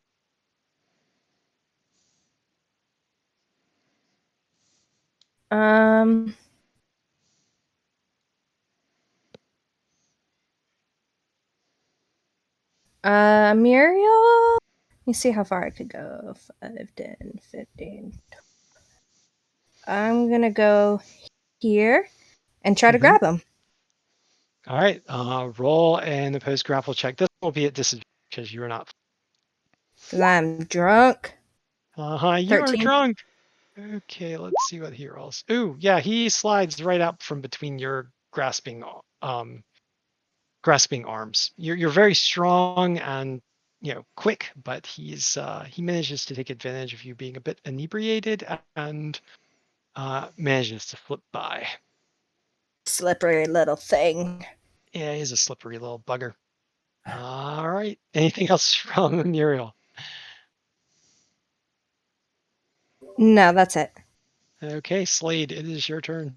You guys want me to cast sleep again, or do you want me to just try and hit one with a club? I'll be out of spell slots if I do that. Yeah, go with the club. Save the spell slot. All right, I'm gonna. Let's see. None around me, so I can come this way to here, so I can try and whack that one with a club. But why not Roll the hit. Okay.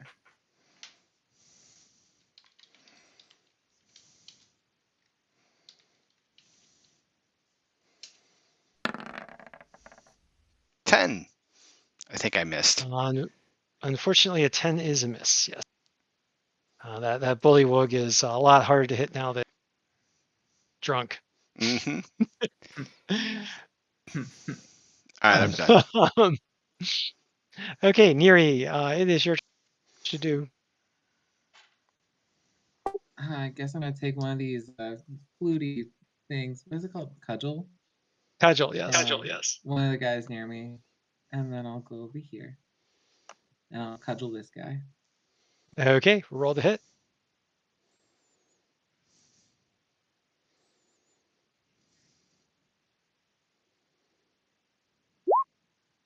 A whole 4.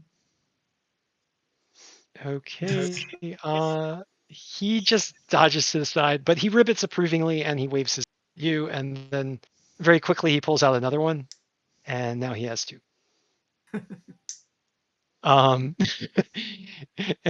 Anything else from Neri? Can I just try to lick him? Like, hey, let me lick you. Come here. No, you can't really get an effective lick unless he is grabbed, and he's also green. Well, I mean, green might not be psychedelic. Yeah. I don't think green was the game. Blue's the game. That's only Astrid's rules. We don't know their rules. But that's it for Neri. Okay, it's the bullywug's turn. All right, the bullywug. That is so weird. Every time I go to the bullywug, it wipes out the turn order. That's weird. Roll 20, you are possessed. Okay. So the bullywug looks at Neri, who looks like he wants to. And he kind of shakes his head like, no, that's not what you're supposed to do. But he also sees his bullywug friend just right there underneath the ice beside him. So he is going to try and break his the ice. What? Okay. Yeah, roll 20 is not liking me right now.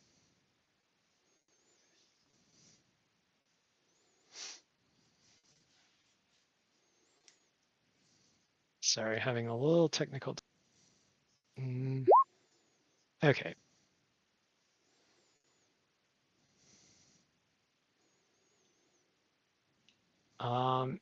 Okay, so he does break this bullywug out of the ice. And I don't understand why my roll. Ooh.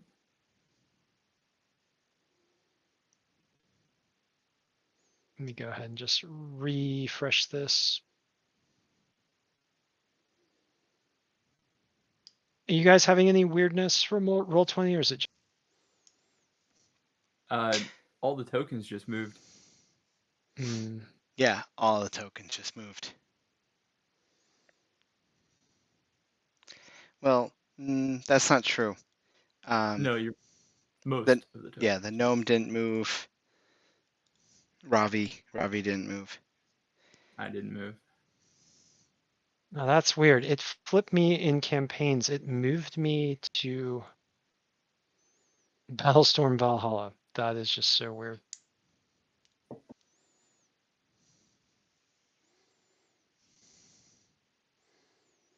All right. So let's see what just happened. Oh, that is just really bizarre. Okay, let me go ahead and delete this.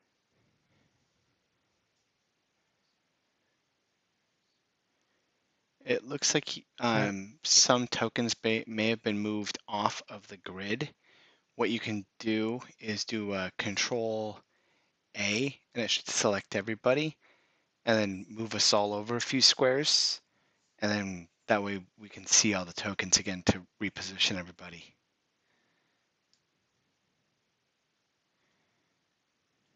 Okay.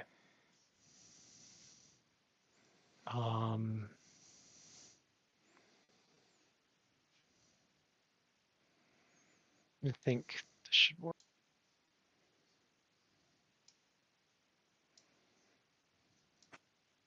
That was odd. I have no idea what happened. That was the strangest thing.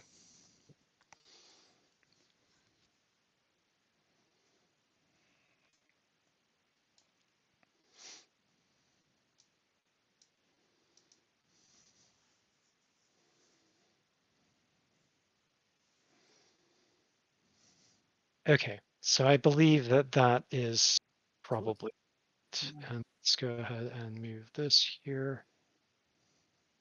And this guy was, I think, here. And I think this guy was over here. Okay, I think that's a rough facsimile of where we were. Mm-hmm.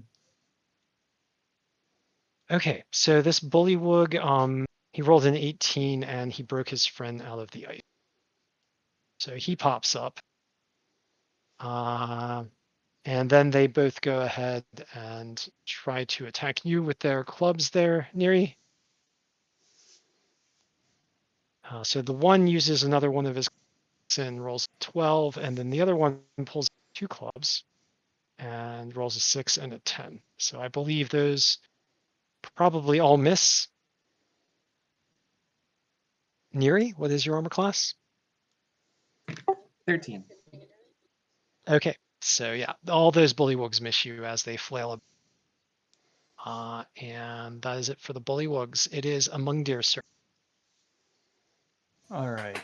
Woo, look at all the pretty colors. So, real quick, when I'm moving, am I able to move this way, or do I have to move this way? You can move diagonal. No, you can move diagonal. Yeah. Okay, so my 30 feet could be to here. Okay. Yes. Gotcha. then I'm gonna do that. I'm gonna come help these guys out. Let me see who else is all out. All right.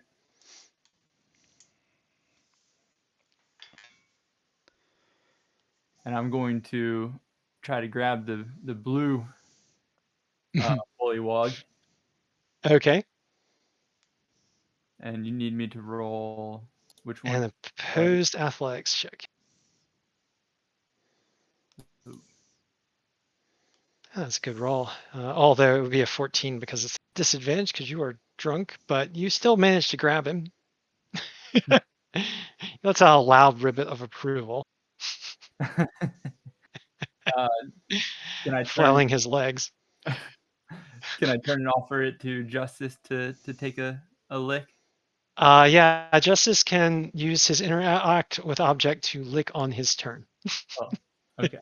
And, I'm just gonna hang out right here holding this blue bullywog. Yeah, he's just flailing his legs about. Okay, so that'll be it for Amuriel. It is Justice's turn. I'm gonna lick the bullywug. All right, you lick the bullywug. You see all the pretty colors. And apparently Nerium, who the blue bullywugs. The licking only takes interact with object now that he is grabbed. And then the bullywug does the dying cockroach.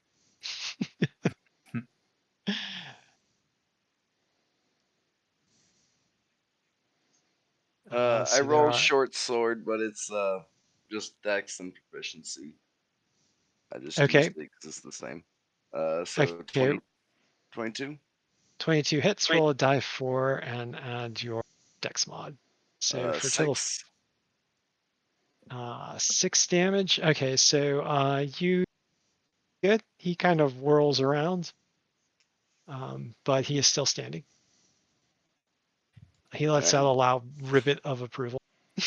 I'll ribbit back at him. Like he's impressed by your swing. Anything else from Justice? No, that'll be it. Oh, and you are at disadvantage because you were drunk. Amuriel, it is your turn. So almost everyone is drunk now. This is good.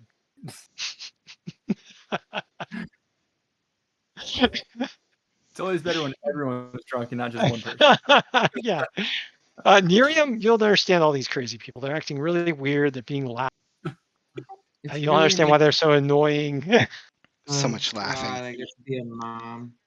I'm gonna move over here and use my short sword to try to stab him out of the ice. Or my long sword. Break him out. The ice, okay. Yeah. Roll an athletics check for me at disadvantage. Drunk. Ooh, but still very good. Yeah, you break him out of the ice, and he is still asleep. So he just floats up. He is asleep. Bloop, bloop, bloop, bloop, bloop. Can I hold him? Yeah, you can hold him. He's like perfectly asleep. You broke him out without. I'm gonna rock him like a baby. Okay. That is exactly what a drunk person would do. Yeah, he looks a lot less ugly now that you're drunk. I mean, it's funny how that works, but he really does. He looks just like my third son. He does. He looks like a baby boy. And that'll be it for Amuriel. All right. Slayde, it is your turn. Let's see. I guess nothing more for me to do than go and try and club one of these bullywugs, huh? Yeah. And this is a lot more fun now that you're drunk. I mean, you're like, man, at first this was just weird, but now you're digging it. I mean, it's infectious. You just want to beat the heck out of a bullywug and then be happy. All right, so you're all an 8. Yep. Unfortunately, that is a miss. And the bullywug does kind of like a ribbit laugh, like like he's digging it too. Anything else from Slayde? Nope, that's enough from the inebriated wizard. Neri, everyone is acting. You don't understand. I'm just gonna sing a little lullaby and try to put everyone to sleep. Okay. That's what You're I'm gonna gonna do. drop another sleep. You can get everybody if you put the center closer to this one. You can. Oh, he's already asleep. Okay, so there are these two. Go ahead and just roll your sleep damage kind of Wrong thing. button. Hold up. It's okay. It's okay. All right. Yeah, they both fall asleep. Perfect. And I'm just gonna walk over. Everybody sleepy. They partied too hard. They fell asleep. Like, I'm gonna regret this later. And then I just like this ugly third child of Amuriel's. Okay, you lick the ugly third child, and after you lick it you're right. You figure out that the Muriel was right. It is indeed beautiful, and you are now seeing all the pretty colors, and you are feeling very happy, and you are glad that Astrid made you do this thing. It doesn't seem so weird anymore. In fact, it makes perfect sense. But what you don't understand is why it was like the middle of the day before, but now you look up into the sky and see all of the stars at night. Cool. And the blue star, the strange blue star, shines before you. And you can see also the dark cloud that seems to wish to engulf it in your present sight. Let's see. I think I might need to close incarnate because eating too much of my. Okay. So let me scroll back down to my module here because apparently my memory got eaten by incarnate. All right. So now seeing the stars appear in the night sky, you don't know if this is hallucination or that you've actually been out here playing with these bullywugs until night fell. Your sense of time is a bit off now. But Astrid did ask you to return after you had licked the bullywugs. So do you wish to return to Astrid's hut? Yes, I begin stumbling that way. Okay. So you guys stumble on back into Astrid's. You don't necessarily have to because there's no tactics. But as you return, she beams at you. And she says, well, indeed, it appears that you are worthy to receive my prophecy. The licking of the bullywugs, as you causing your minds to swim. You flop back down in warm and chair that Astrid has provided. You don't know when she threw the blankets over you again, but you're now up once again in the blankets.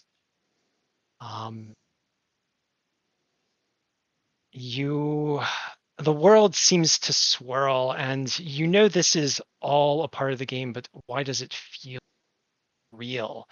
The hut's walls bend and heave, and then the individual beams dance out, leap up, and fly into the sky.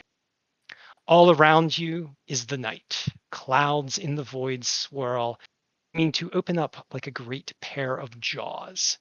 Within the jaws, the blue eyes stares down. Astrid's song, you don't know when she began to sing it, incomprehensible before, rises aloud in your ears. And she sings, "Whither is Odin's eye sacrifice to take divine wisdom? In bowels of night to plumb the void, in Gnunga Gap, ever watching. Surtur's realm of fire and muse spell. Ever Yggdrasil's roots do grow, crossing void, reaching out to four worlds. The roots, deadly bridges, each world a doom. The poisons of Svartalfheim boil. Dead clamor to rise from hell. Jotunheim brings thimble winter, when brother shall turn against brother. Muspel the last tolling bell. Surtur's giants march under meteor fall. When shall jaws of Fenrir close around the eye of Odin, devouring all the sky? Moon and stars in utter darkness, just before the serpent rises, devours Svartalfheim to belch forth its poisons 1,000-fold. Will all in Valhalla perish, choking, burning, freezing? Only fodder to fill the ranks of hell. Is all Valhalla empty? Are her heroes perished? Is even Thor defeated? Whither was the eye of Odin hidden, sacrificed to gain divine wisdom? It opens tonight at first doom's coming, piercing Gnungagap, beholding Muspel, even as Fenrir's jaws slaver. Odin gave his eye, cast it into Lake Mimisbrunner. Through waters it opened to the void, granting this divine revelation, so you might see Ragnarok's coming.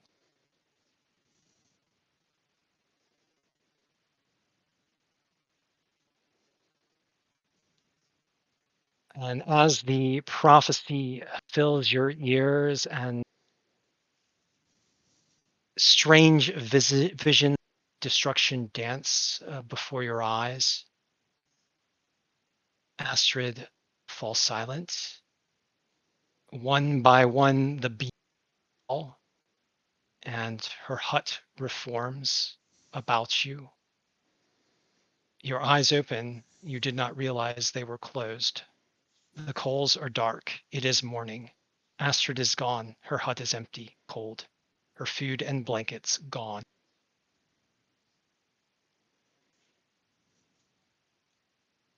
And before you, in your heads-up display, you see Prophecy of the Strange Star quest completed. You have, as a party, gained 600 experience points. And you also have received Astrid's boon, which is a charm of heroism.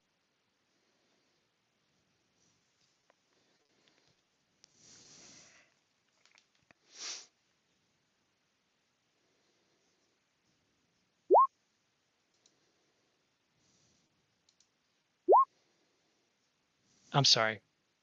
Yeah, charm of heroism. And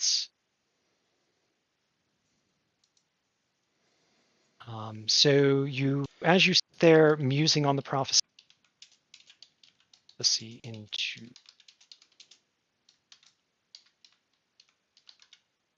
20, so you guys can have a copy of that.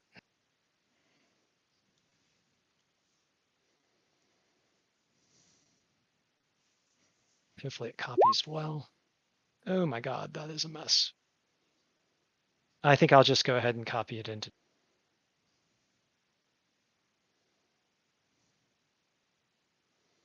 You want to make a handout for it? Yeah, you know what? I should probably make a. That is what I shall do. I shall. That's easy enough.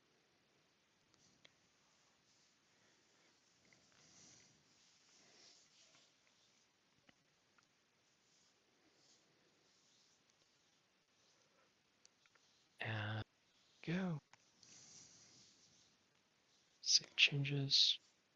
And we had a different boon as well, right? We have a boon of lesser restoration.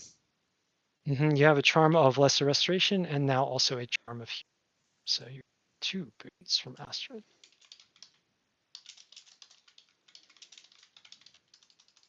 Okay, and here is Astrid's prophecy, which you shall be able to review at your leisure.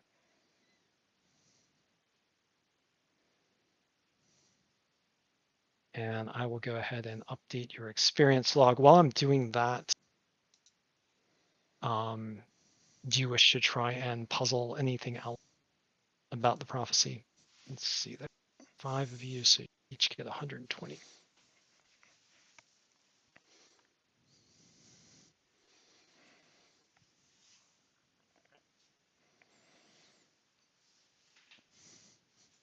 And we don't see the handout yet.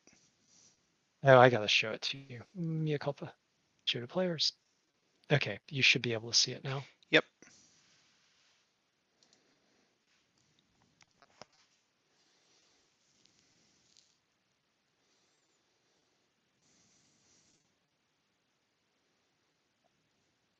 All right, and I am updating your experience log.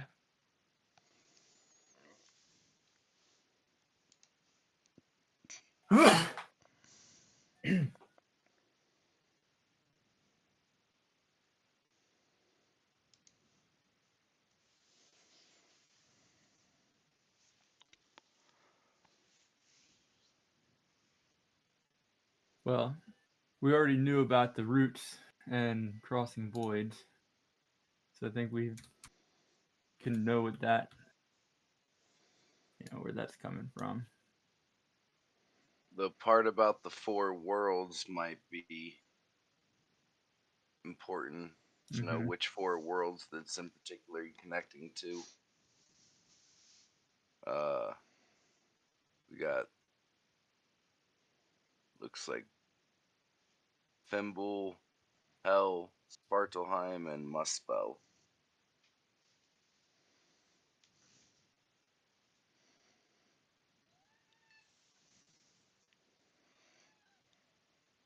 And we've seen a bit of the dead clamor to rise. That might be that.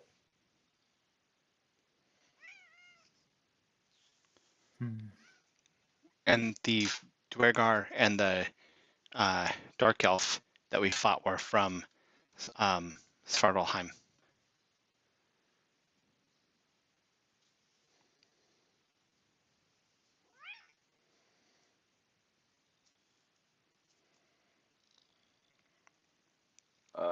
Fimbul might be the Winter Wolf. But there was no roots.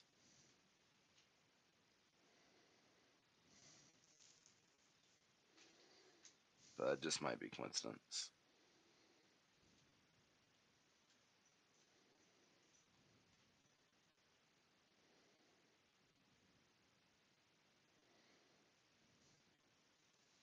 Yeah, so if you guys wish to use your skills, I might be able to give you a little bit more information about it. It is written, I wrote it in the form of a simplified Edda, which is by its very nature like a riddle. So there's a lot in a little.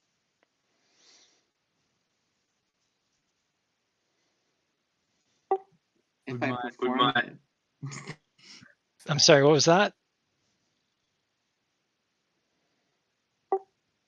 If I perform it really well, do you think it could inspire someone else to figure it out?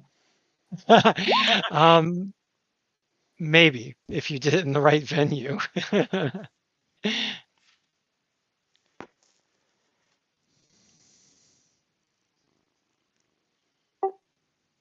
I'm sorry, did you guys roll some checks? I was looking at something. Oh, insight. Yeah, insight's not the. So you could maybe, if you have training in history or arcana. Let's see, is there anything else?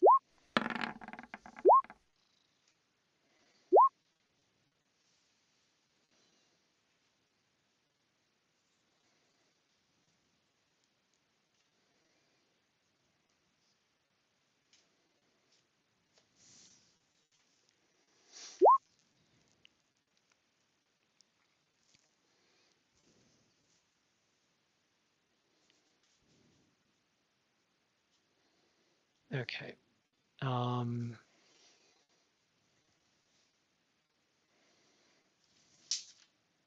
So 13, no. Oh wow, Slayde. Yeah. Dice rolls were not kind. Justice, are you trained in history?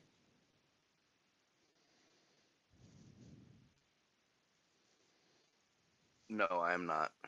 Yeah, unfortunately, you cannot glean information with the lucky roll unless. Hold on. I think your retiree background gives you like yeah. Which skills did you choose for your half proficiencies?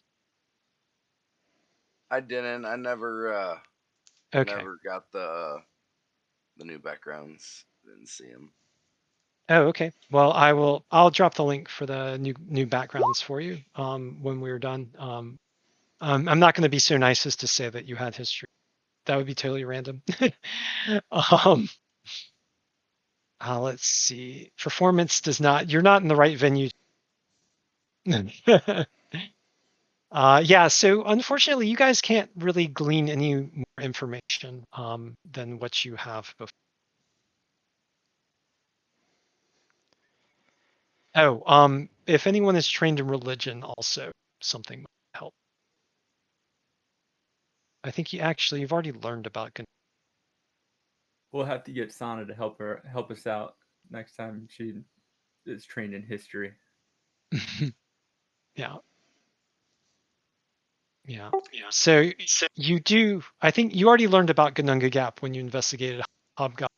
So you know that Gununga Gap is the void that surrounds Midgard,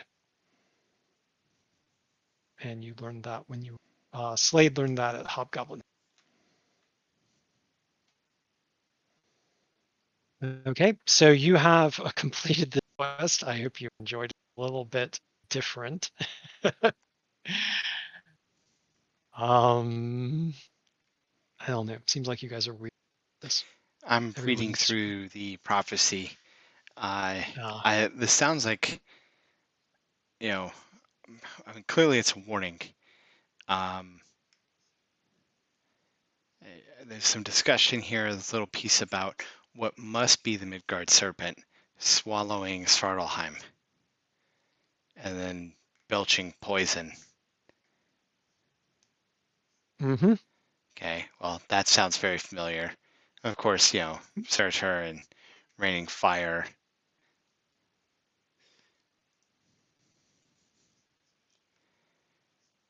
Indeed.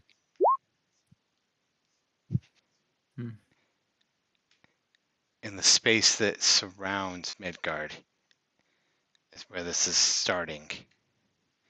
Or like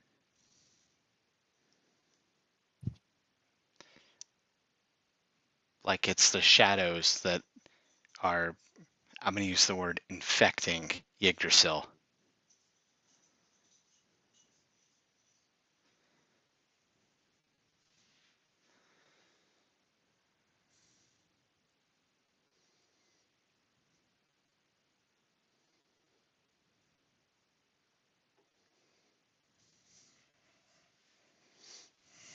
I guess everyone's reading the prophecy, trying to puzzle it out. Is that what's going on?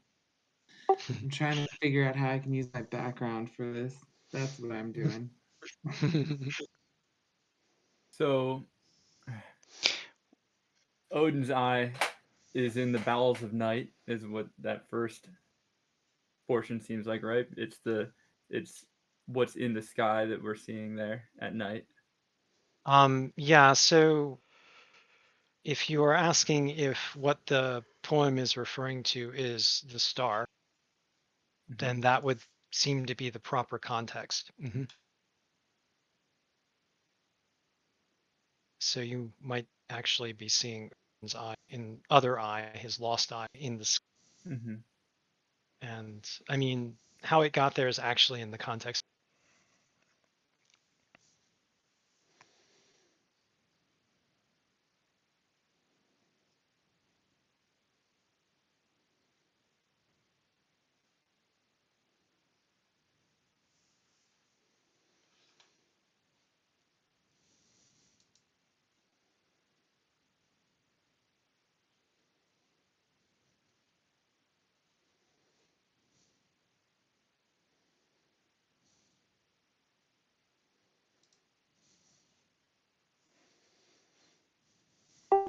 I feel like we should drink tea and read this. it Just saying. is That's a great it is venue. it is really cold here now that Astrid is gone. We should probably head out. We have a prophecy of Ragnarok, but probably being that we're in a virtual world is probably going to be quite literal in its effect on the virtual world we live in. We're already starting to see some of that. So we should spread it to everyone. Absolutely, Ted. You're right. Yeah, we should tell others the prophecy and try and figure out what this means. Are we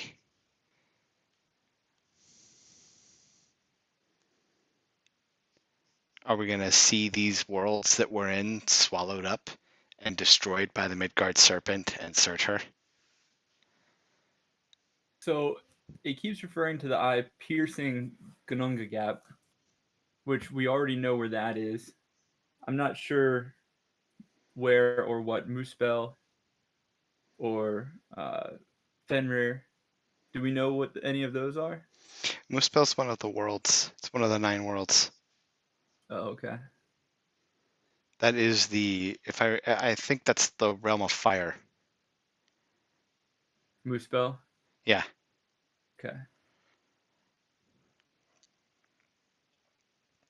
And that's going to be where Surtur is going to come from. And as we know, Yggdrasil is how we reach these other worlds. Mm-hmm. Your waters that open on the void, you find revelation. The roots are deadly bridges. I just see twice in this where it's talking about Odin's eye, which again I'm assuming is that star, is piercing or plumbing the void of Gununga Gap. So I'm wondering if there's something there that needs to be seen or you know. Is all Valhalla empty? Well, no, we're in Midgard right now.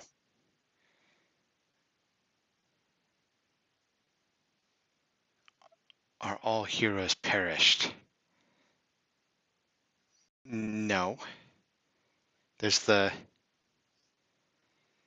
front ranks making their way up into Alfheim now. Maybe us. We could be heroes. You did just gain the boon of heroism. Yeah. After hearing the poem. Mm-hmm. Is even Thor defeated? Whither was Odin's eye hidden? Odin cast his eye into that lake, which is by Yggdrasil. Sacrifice to gain divine wisdom. What was that? So we do know this lake. I didn't know the name of this lake.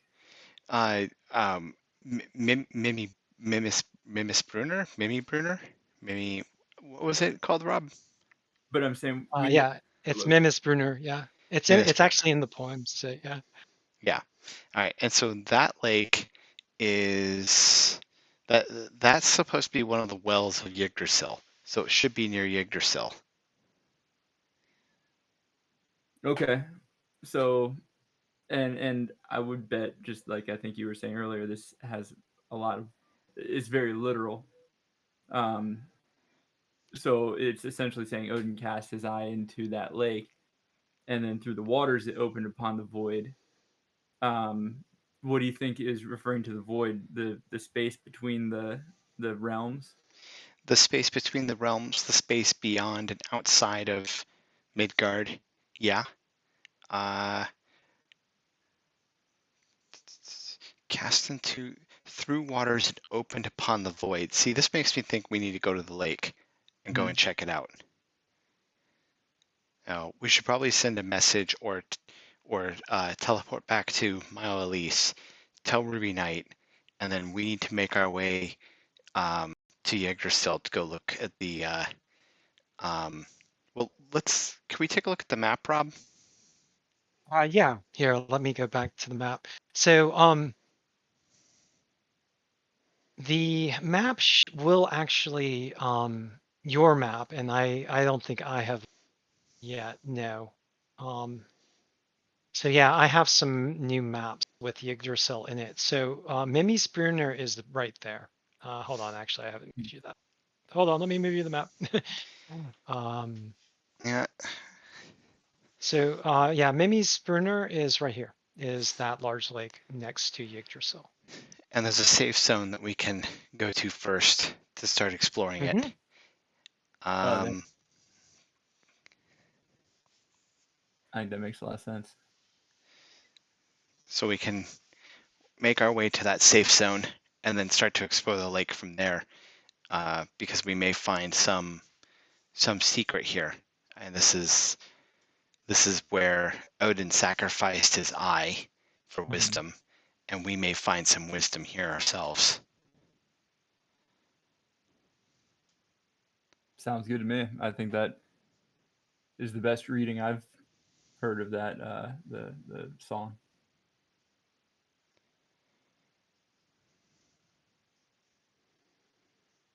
Okay. Have we been to the safe zone? Are we able to teleport there, or is this a journey we're going on? None of us have been to that safe zone yet. You can teleport there using your teleport if you. Oh, okay. Well, I thought we had to have been there. Oh yeah, that's right. You have to travel there. Yeah. No, you have not been there. I know you had been to Hobgoblin Hill, but you have not yet been to this safe. So I'm sorry. For some reason, I was because you were there that would activate that, but of course that would not because you didn't actually enter the safe zone. There is a road that you could travel on if you wish. Or I guess you could teleport back to a safe zone. Is Ascalon closer? I don't know if Ascalon's closer because you are here. So you probably want to teleport to Nidavellir or Ascalon, unless you want to go back through the woods with those wolves in it. No, I don't think so. Unless we have meat. Yeah. I think we should teleport back to Ashkelon and then just hop from one safe zone to the next. That's probably the easiest way to get through there. Okay. Nidavellir? What about Nidavellir? Well, my only thought with Nidavellir is that if we go there, it looks like there's a safe zone between there and the one that's right across from Ashkelon. And so if we could hit two on the way and get the ability to teleport there too, that might be a good thing. But it could be, yeah. My only concern is just the winter wolves. If we go back to Nidavellir, we gotta cross back through, take that road. Okay. Yeah, those winter wolves are I guess more scary now. Oh man. Now that we've seen their hit points. Yeah, you saw that they each had 120 hit points, which is crazy. Yeah. Okay, I'm with you. Ashkelon sounds good. Okay. So you are shivering in Astrid's hut. The coals are cold. You decide to lift your teleportation crystals to return to Ashkelon. Yes. All right. So as you teleport, there is a distorted sound, kind of like a descending tone, poorly played electric guitar, and the typical smooth jump, sickening in your stomach, that you feel is, and you do not return to the safe zone. Instead of your tokens.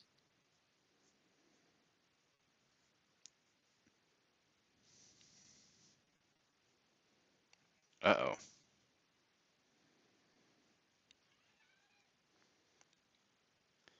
Were we intercepted? All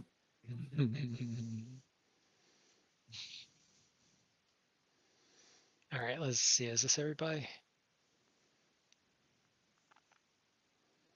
I'm sorry, I'm removing these little dots from you guys. Need to prepare your tokens. Intercepted is a good word.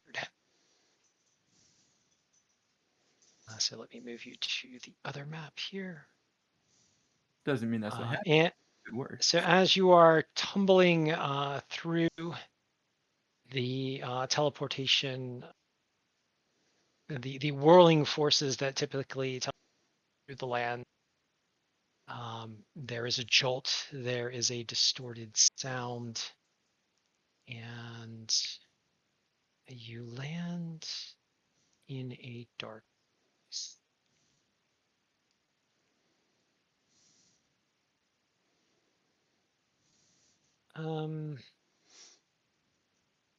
The roots of Yggdrasil appear to have sprung up, grown into trees, and died here. You recognize some of the structure and the shadow of this place in a way it is familiar to you because you've seen a node that has been grabbed by Yggdrasil's roots. And yet this place is also not familiar to you. The land itself seems dead.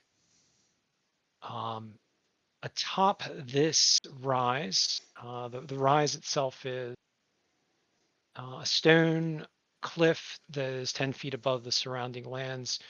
You hear chanting, and there are some swirling motes that indicate the casting of a magic. You do not see its source. The various creatures that you see around you already appear alert to your presence, and they also seem very aggressive. So I'm going to go ahead and clear the turn order and ask all of you to roll initiative for me as you have been ambushed in the midst of trying to teleport safe zone, which is not good. All right, so You didn't grab Arrow's token. oh, Arrow. Let me go get Arrow. I'll be right. Man, we Yeah, got Arrow is back here. Astrid.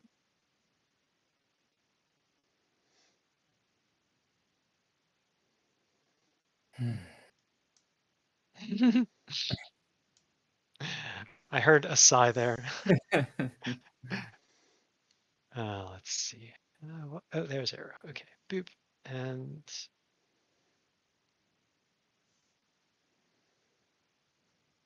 all right, let me zombie initiative.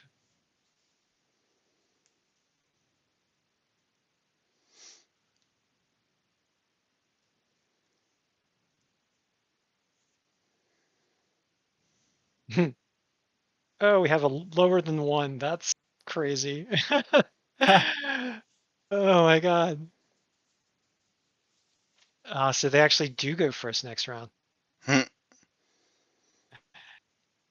don't even know if -1 worked. I should just give it to. It works. I've done it before. Oh, it does work? You've done it? Okay, well then I shall. And hopefully 20 was great with this time. All right.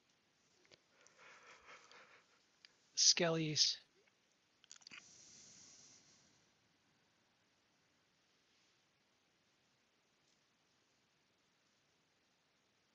So yes, the darkness surrounds you. The chanting though sounds like it's being done player. Just the way the voice, I mean, the way monsters sound and the way different. So you believe that the magic cast to draw you here by a monster, but by a player.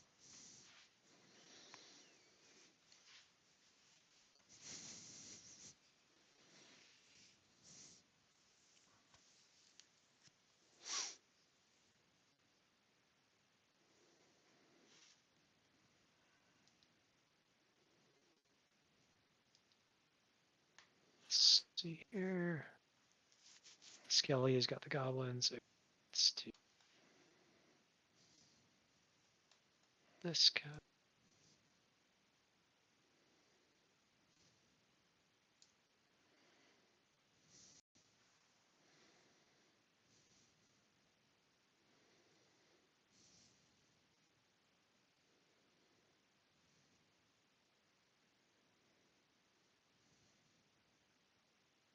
And then critter here to for.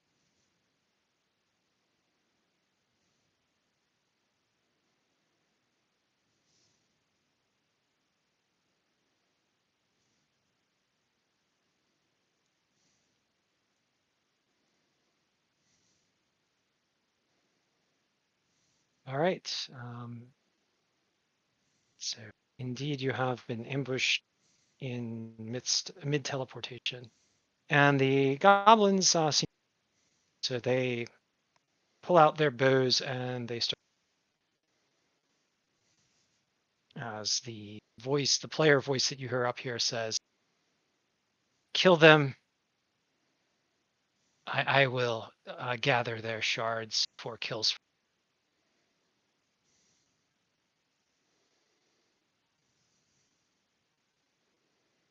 So the goblins is at you as you realize in a sudden moment that you have been ambushed by a member of Kills for Lulls that appears to be working with monsters.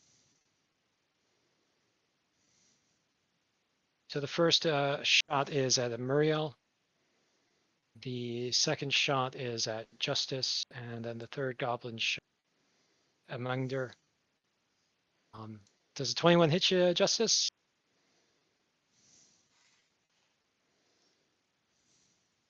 You guys there? Did I lose you?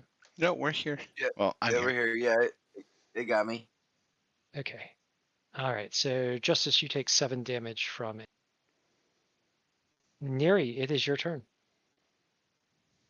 I'm going to do a vicious mockery to the goblin at the top. Okay, roll a hit. Or I'm sorry, I guess I'll roll his saving throw. Yeah, wisdom save. Wisdom. Yeah, because they're so wise. I had a feeling. Oh, that well, apparently, wise enough. yeah. Apparently wise enough. And then I'm gonna give a bardic inspiration die to Justice and be like, Justice, could you bring them to justice, please, dear God?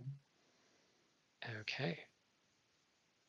So and that will be all. Neri. That is it.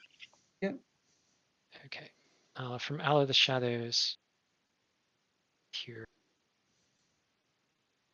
2 shadows. And they fly in swiftly towards you, seeming hunger, life.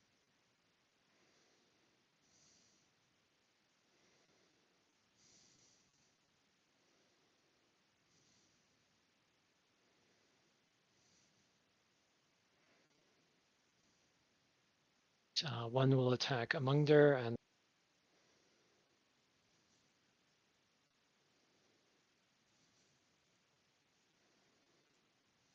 so first attack against Amungder. That's a miss, and then Amuriel as also a miss. Skeleton.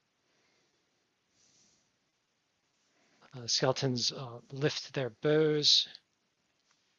One will shoot at Neri, one will shoot at Slayde, and it looks like Amungder is right here in the worst place to be. So another one is also shooting at Amungder. So we'll start off with Neri.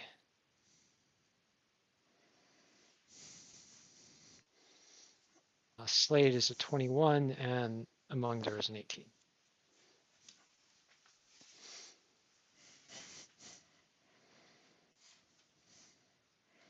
Slayde, does a 21 hit you? Yes, it does.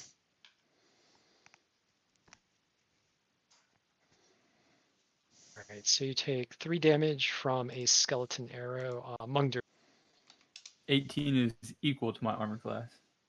All right, so you will also take 3 damage. All right, and then VG Blasty stands up. Apparently he is the member. Kills for lulls.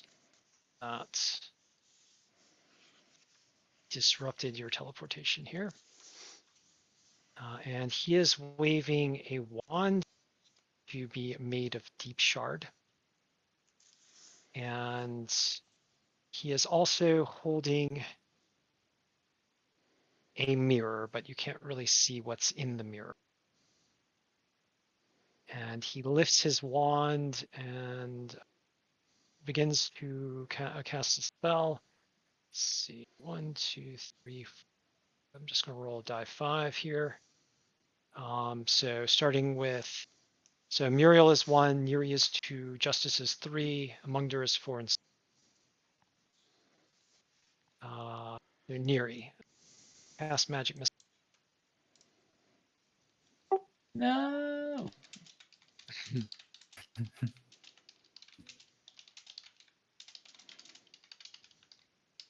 And he upcasts it. So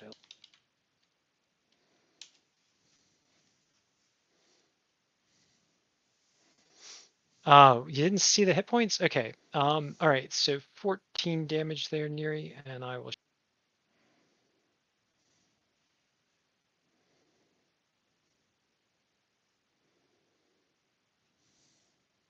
I am almost dead. All right. It is Amuriel's turn.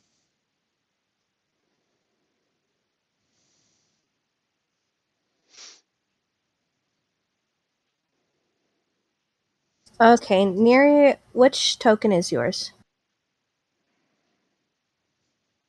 Right below you. The red one? Yeah. I'm going to cast Cure Wounds at first level on you. You're the best grandma ever. It's okay, dearie. Here, have a cookie. And then do I roll that or do you roll that? I think you have better luck today. Okay.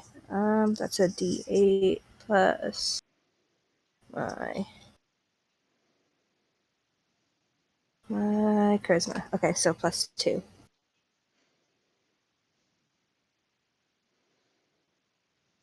Oh, okay, so 10. I love you.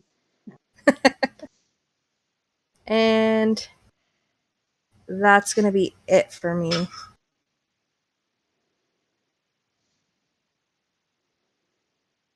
Okay. And it is Slayde's turn. I'm casting magic missile on this shadow right here. All right. Go ahead and roll me some magic missile damage. The shadow. Yeah, the one next Ooh, to nice. Agmundr. This one here. Well, that is enough to take out that shadow. Oh, good.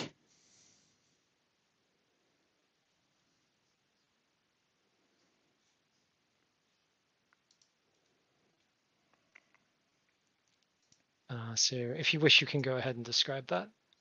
As a shadow, I blast him with magic missile, and it tears his incorporeal form, its incorporeal form apart. Nice. Okay, so your bolts of magical force streak out and tear its form to pieces. Anything else from? I glanced to Justice real quick here to see. Justice doesn't have a magical weapon, right? Do not believe so. Justice, don't you have a? You're a 2-weapon fighter, aren't you? Yeah, mainly the bow. Mainly use a bow. All right. Yeah, probably want to avoid that shadow. Let's see, how far away is that? 60 feet. I have Arrow fly up to this goblin here and annoy him so that Justice has advantage on that attack roll. Oh, go for VG Blaster then. You're going to target VG Blaster? Yeah, I'm gonna try to one-shot him. I can reach VG Blaster. Even better. Okay, so there we go. So arrow flies up to him and gets in his face to distract VG Blaster. Okay. And that's it. Justice, it is your turn. All right, I'm gonna try to not waste this. First, I'm gonna cast Hunter's Mark on him, and then I'm Alright. gonna use Favored Foe as part of this shot with the bow at advantage. 23 to 23 hit. is a hit. Indeed it is. Base damage of 5, and then Hunter's Mark and Favored Foe. 9 points of So damage. Till of 9. Yeah, he does not like that, but he is still standing. And that's going to be it for me. Okay, nice shot. So your arrow lofts up over that rise there and strikes him, causing him to spin around. Arrow swooping in his angrily. Agmundr. All right. Well,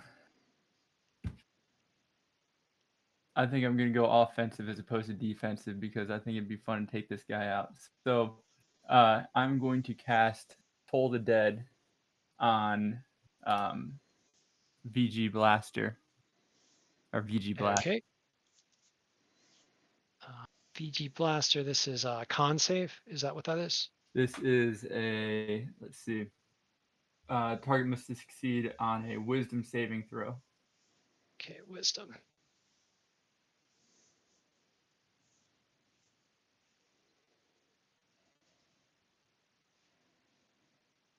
He fails.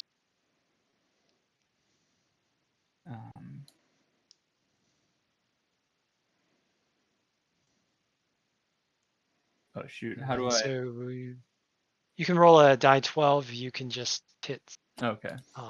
slash R D12, or I don't know. There might be a macro. I'm sorry. Hey you. Nice. Ooh, holy cow. All right. Well, you're told of the dead. Really, Yeah. he appears to be hanging by now.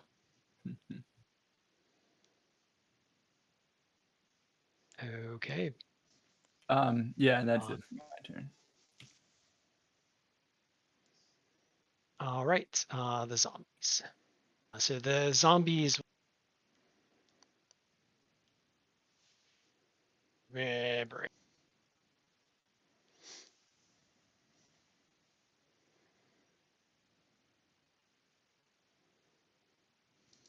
right. So one will attack you, Amungder, flailing at you.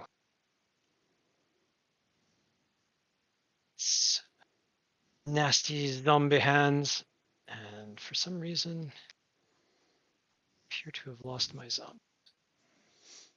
Ah, there.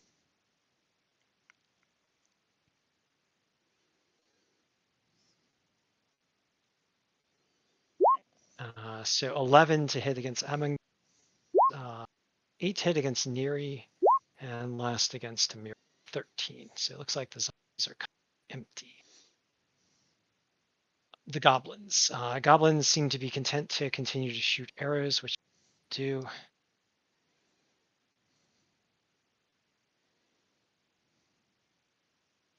So the first arrow shot is going at Amuriel, which will miss. Second arrow shot. Let's see. One will be justice to Agmundr. So, yep, shooting at Agmundr.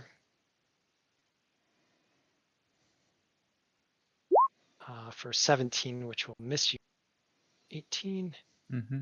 And then the last shot will be from that goblin, which will justice. Actually, that second.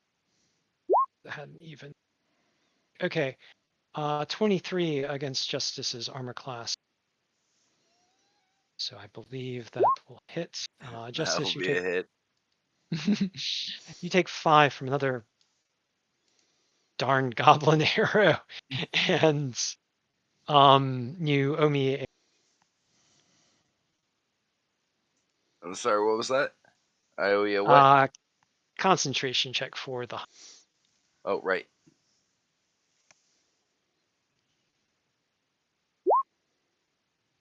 Ooh. Unfortunately, you do lose that.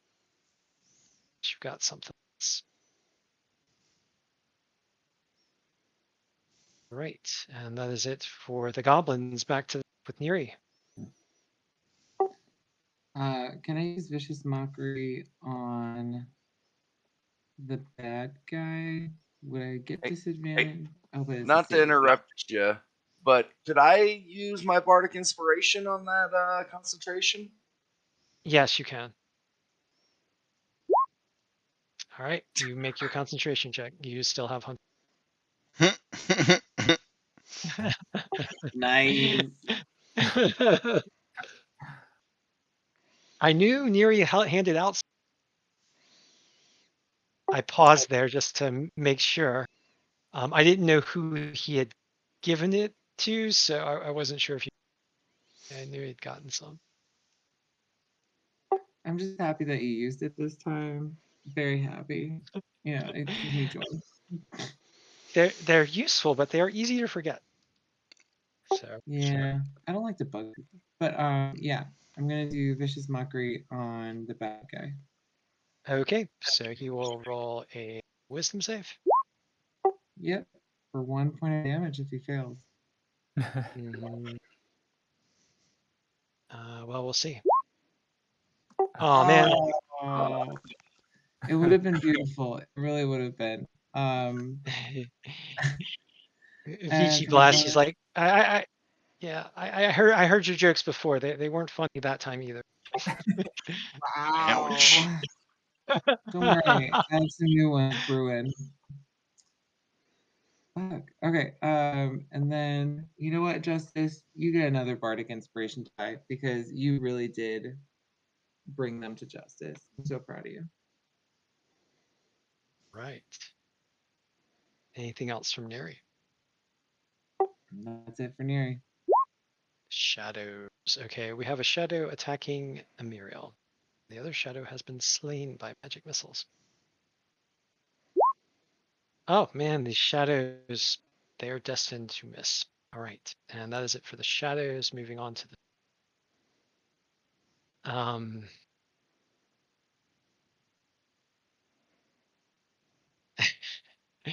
okay, so we'll start with the skeleton over here who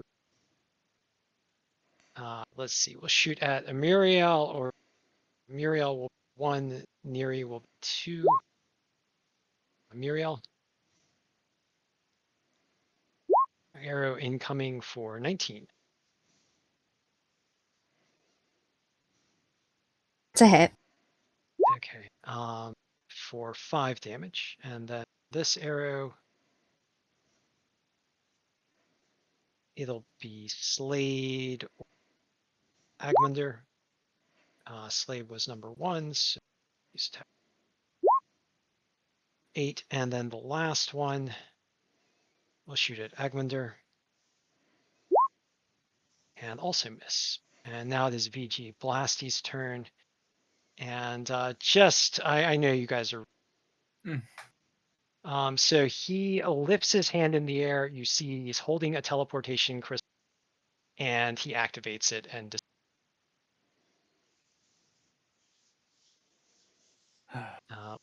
leaving you in this dark. The monsters that appear. Okay, Amuriel, it is your turn.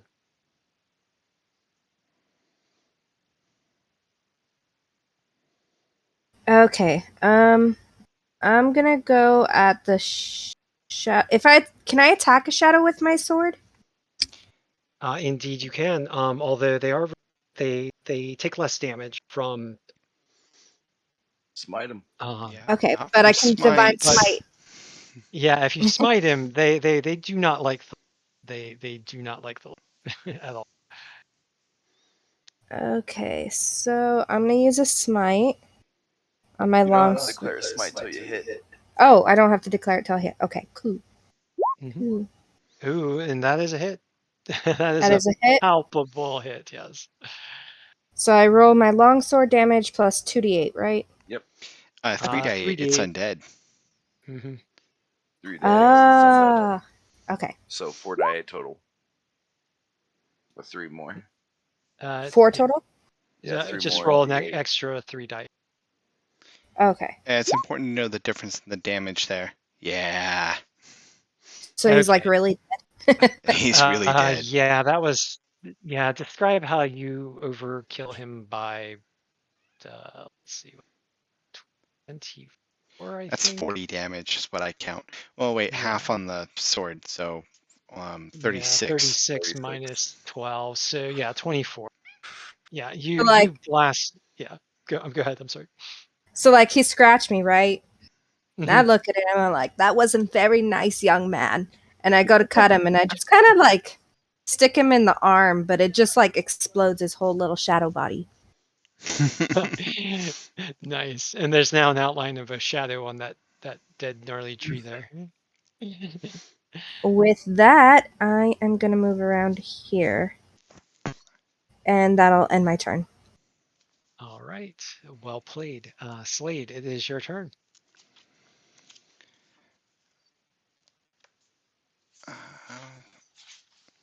Does that take effect as soon as you cast it?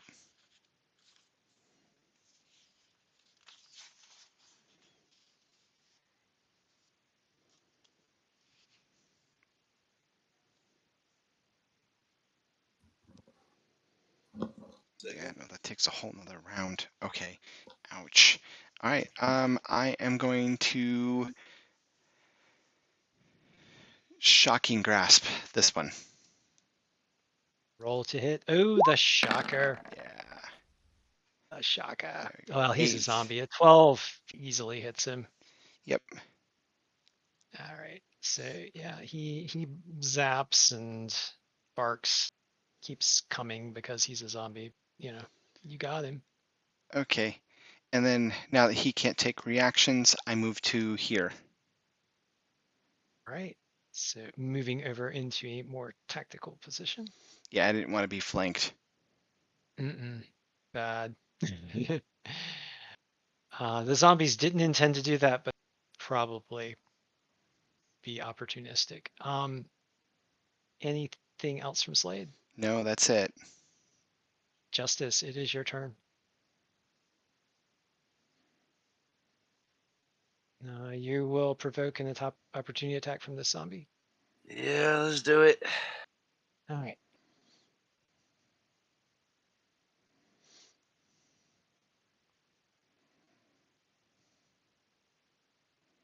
He misses. He grasps at the air that you a second before. Alright, and he'll be my last use of favored foe. You can spend a bonus action to move your hunter's mark to that guy if you wish. And I will do that as well. And does a 10 hit the zombie? 10 does.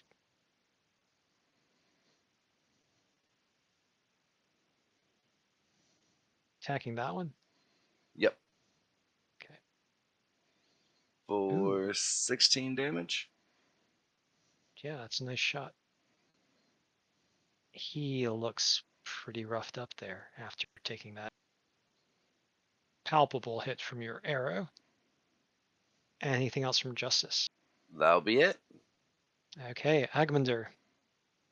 All right. Well, these guys don't seem super hard, but there's a bunch of them, so and I want to do this anyway. So I'm gonna cast Twilight Sanctuary.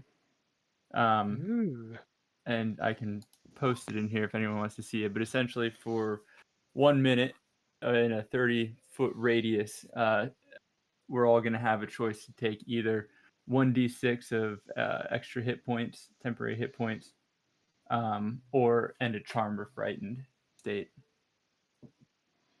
So hopefully that keeps us up through here. And I'm also, as a bonus action, going to cast. Let's see here. I'm going to cast Healing Word.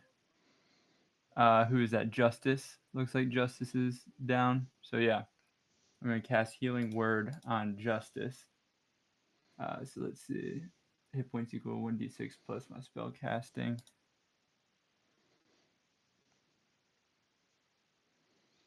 And my spell casting is 3, I believe, but let me check.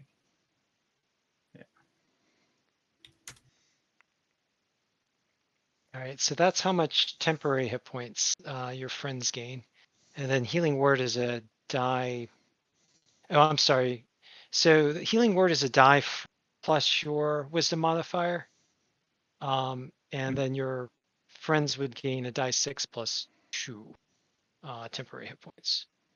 Oh, so with Twilight Sanctuary, they get to do that at the end of each of their turns. Mm-hmm. So, oh right. So I'm sorry. So I misunderstood. Why am I rolling for a 1d6 for Twilight Sanctuary? Yeah, you weren't You supposed roll a to. die You need to 4. roll die 4 for your Healing Word, though.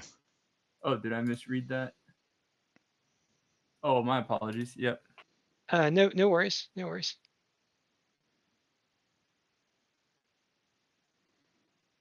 Nice. Well, better than nothing. Yeah, every hit point matters. So Justice, you regain 4 hit points, and everyone's going to temporary points, including Agmundr, who just ended his turn in the zone. So go ahead and roll a die 6 plus 2 and give your some temporary hit point. So you also get, and it is the zombie's turn. We'll start with the zombie that's flanked by everybody.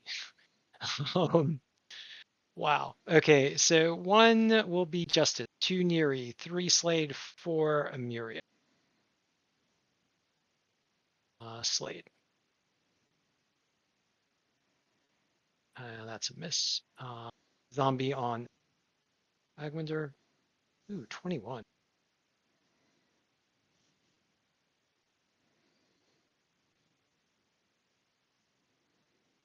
Yeah, that's definitely a hit. Ooh, and you take 7. And then this zombie will shuffle forward to Justice. Drawing some serious aggro. He will try 18. It looks like a good round for the zombies. Not so good for the for another 7. And then the goblins. Goblins will shoot some arrows. Got an arrow incoming here on this flank, so it's going to be Amuriel or Justice.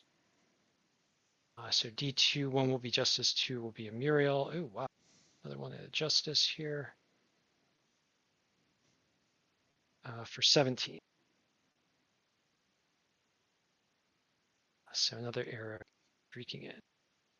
Oh, for 7 more. Then this, and I think you owe me 2 concentration checks there. So this goblin will attack Justice, Neri, Agmundr. So we'll just roll a die 3. Justice is down. Oh, Justice is down. Okay. So then Neri or Agmundr. So D2 Neri being 1, Agmundr 2. Shooting at Agmundr for 13. I believe that missed. And then the last goblin will shoot at Agmundr as well for 21.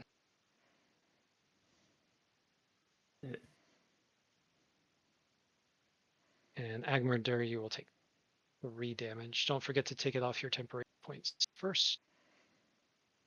And oh yeah, that's right. Neri, it is your turn.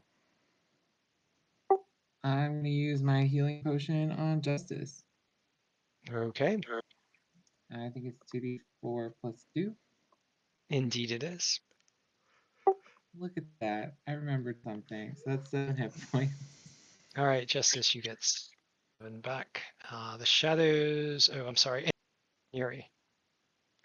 I think that is the end of my turn. You're good. All right. You don't have any more bardic No. inspirations? No, we didn't rest last time. Yeah.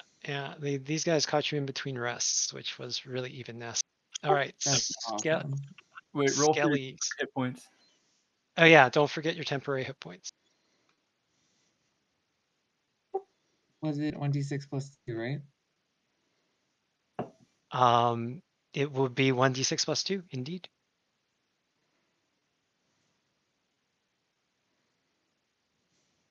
Okay, so you have 3. Okay, the skellies here on the south flank will start here. So this one will probably be shooting at Slayde or Amuriel. So Amuriel is 1, Slayde is 2. So he will shoot at Amuriel. And 16 versus armor class. Probably miss. Then this skelly here will shoot at Neri or Agmundr. So we'll say a D2. Neri is 1, Agmundr is 2. Agmundr again. Wow, they like you. Bring Oh it. man, that's a. Oof. Oof. Yeah, 8 damage to Agmundr there, and then this last one, also shooting at Agmundr, and misses. All right, VG Blasty. He left after trying to kill you. He left. Okay, Amuriel, it is your turn. I'm gonna go at the zombie that I'm flanking. All right, roll to hit with advantage. 12 is a hit because it is a zombie. 8 damage. And Thud. that's it for me. All right. It is Slayde's turn. Okay, I'm gonna hit the zombie with shocking grasp. Oof. That is a hit. Two lightning Another damage. 2. Yeah. Anything else from Slayde? I wish. Amuriel, um, get your temporary points. both of you need to get your temporary hit points.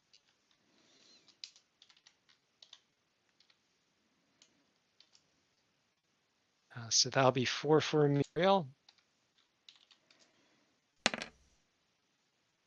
And 5 for Slayde. Nice. Justice, you are back.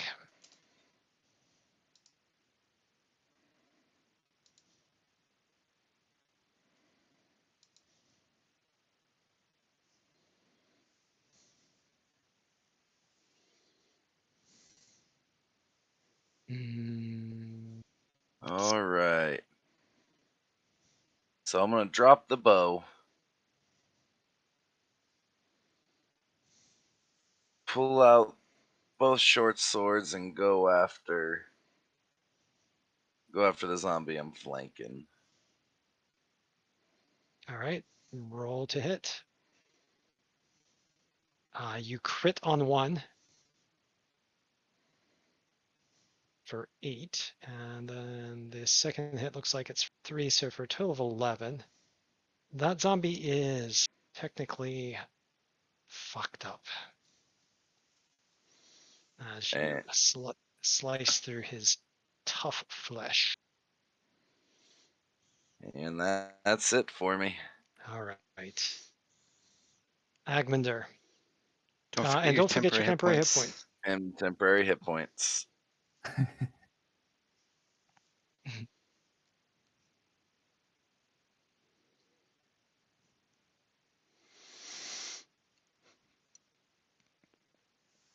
All right. Looks like 4. All right, Agmundr. All right.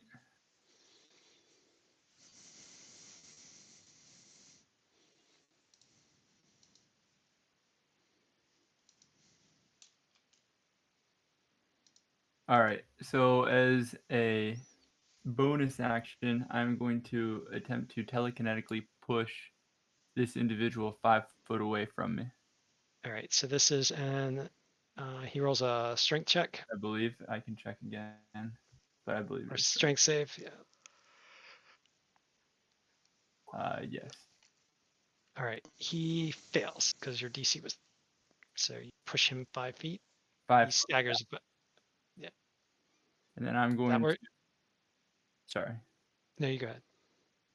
I'm going to move here, and I'm going to use I'm going to use Toll the Dead. Why not? That's fun. So I'm going to use Toll the Dead on this individual here. Okay. So he will roll a wisdom save. That is a, wisdom save. Oh, he makes it. All right. Then that's the end of my turn. So I'll roll my 1d6 plus 2. Right? Or is it 1d4? 1d6. 1d6. Mm-hmm. 5. All right. And you get 5 temporary hit points. It is the zombie. Let's see. Yeah, I'll start with this guy. Everyone is surrounding him. Most people are attacking him. He's just flailing, so this is going to be totally random. So 1 is Justice, 2 is Neri, 3 is Agmundr, 4 is Slayde, and 5 is Amuriel.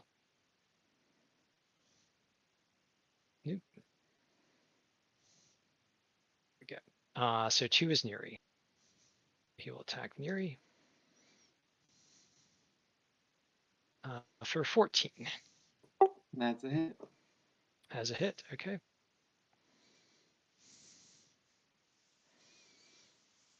You take 6 damage. Thank you. And don't forget your temporary hit points. All right, Oh, this yeah. guy. Let's see. Yeah, he got whacked by Justice, so he will attack. And he misses. This one shambles up after Agmundr. Attacks Agmundr with a 12, which will miss. Goblins. All right, so this goblin will shoot at Amuriel for an 18.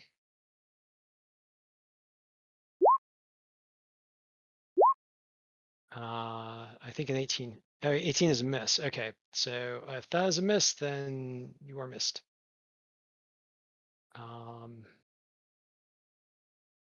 Did we buy you splint mail? How do you have a 19 armor class? Or does she have a luck stone? I think we have a stone of good luck. Oh, she has the +1 chainmail. That's right. Okay.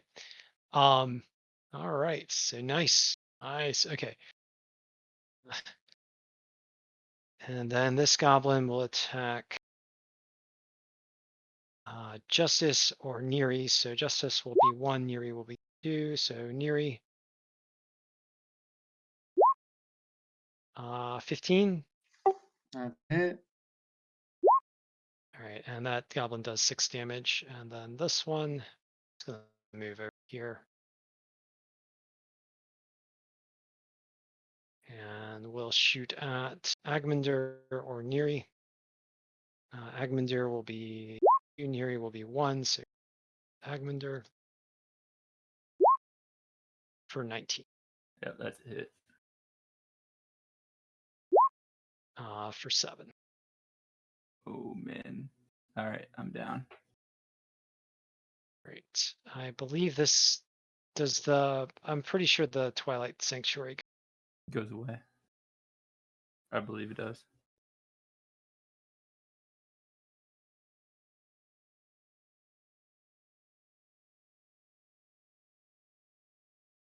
Okay.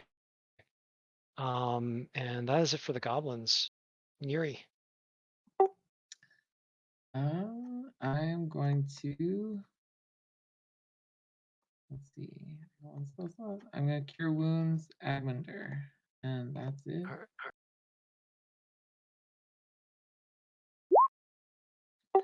For 6. All right, Agmundr, you are back. Thank you, sir. You're welcome. And that's it for Neri. All right, skeletons. Start with this skeleton. He draws his sword and comes in swinging at the paladin.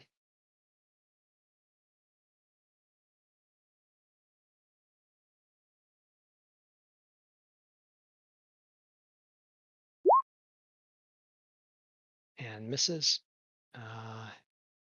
This one does the same, but with Slayde.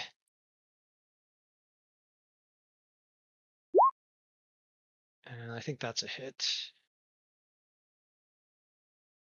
I knew Ted walked away, so we will just note. Is Ted back yet?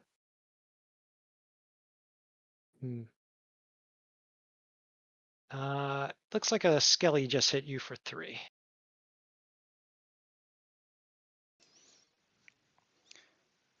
Yeah, 22 And this versus my armor skelly- class. Mm-hmm. Got it. And this skelly moves closer and we'll shoot at Neri. Or Neri being 1, Agmundr being 2, so Neri for 8, which is a miss. Thank Amuriel. Yeah.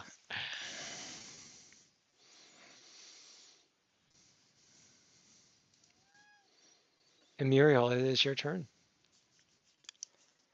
I think I'm gonna go after the skeleton that just smacked me. And longsword. 18 is a hit. 9 damage.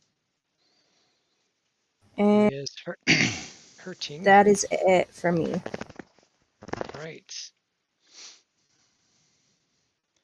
Slayde, it is your turn. Oof. All right, I'm gonna hope I can take out the zombie. See if I can take one of these down. So, shocking grasp. A shocker. Mm-hmm. 17 is a hit for 5, so let's on that. 10. All right. It's not so likely we'll see gonna if be it goes enough. down.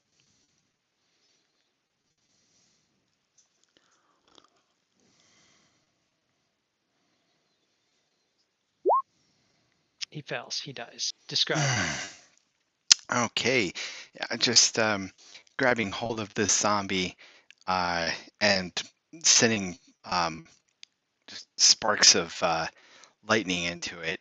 It ends up the heart explodes and bursts out from its chest. Ooh. Yeah, something nasty like that. That is awesome. Okay. So watching its fried heart drop to the ground, you remove shocking hand on the dead zombie jolts to a stop at your feet. Anything else?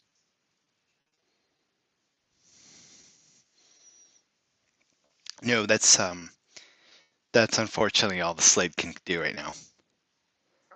All right. Justice, it is your turn. All right, going after this zombie. Both swords. Oh, nope, only one of those. First one. There we go. So a 19 and a 21. And a Right. 16, or I guess it doesn't, both +5.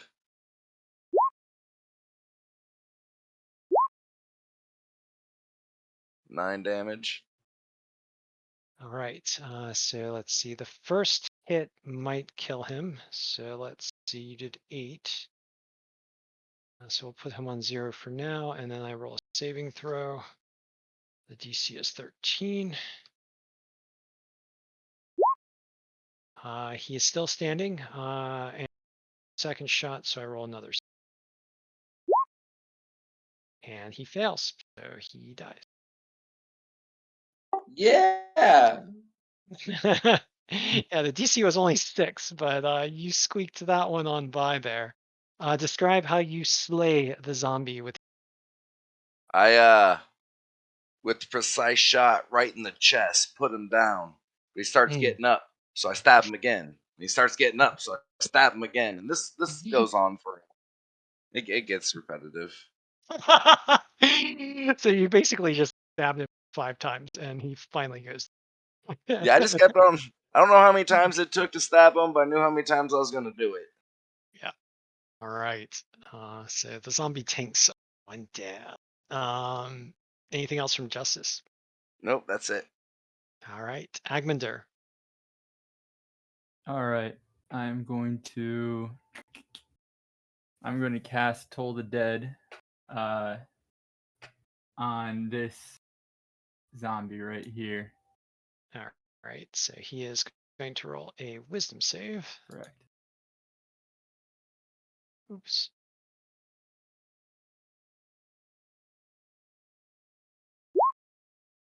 Oh yeah.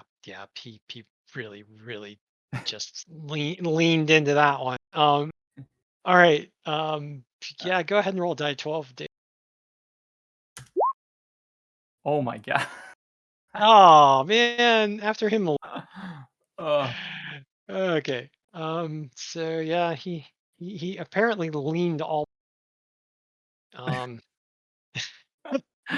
So they're like bits of like zombie skin come off on your hand as you bring it back after ringing your awful bell. I feel like I'm watching from the Three Stooges. No, yeah, dice.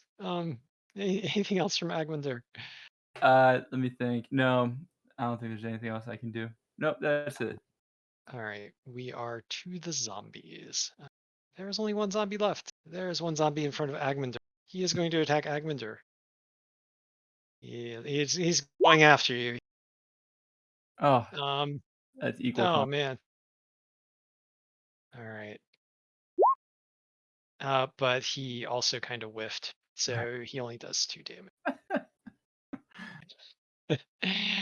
Okay, now for the goblin. Okay. Let's see this guy here. Behind this tree. This goblin. Take a shot. This goblin's gonna find the skelly here. Okay, so the goblins reposition a bit. The evil critters trying to. So these goblins, as they that they are wearing a weird symbol on them that like black biting jaws. Yeah, on their basically like on their tabards, on their little goblin tabards. Okay. So this one will shoot an arrow at Justice. And miss. This one will shoot an arrow either Neri or Agmundr.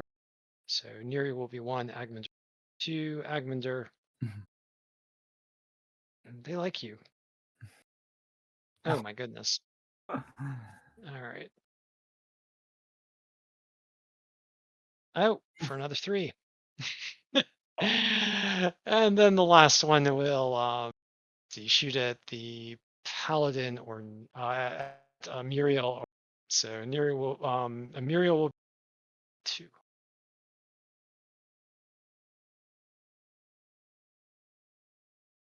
Oh, 23. For 5. Was that at me?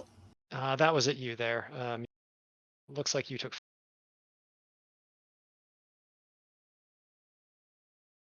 That's it for the goblins. Neri, it is your turn.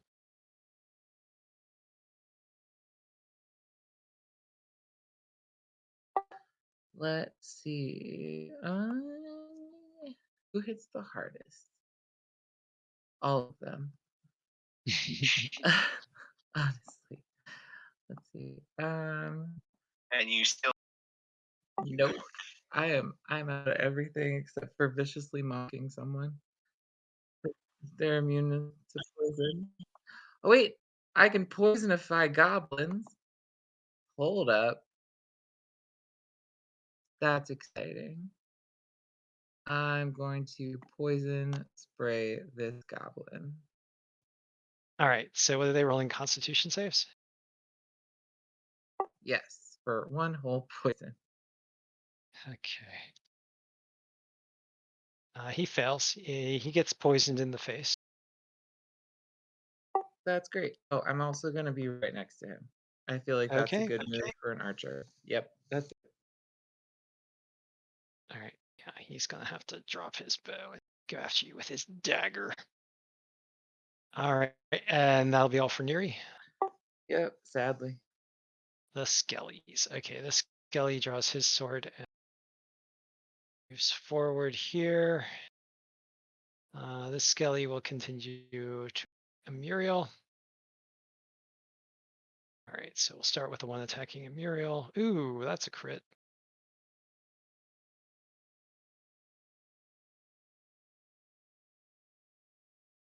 For 9.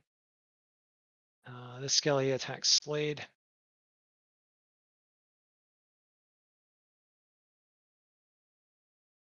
$18.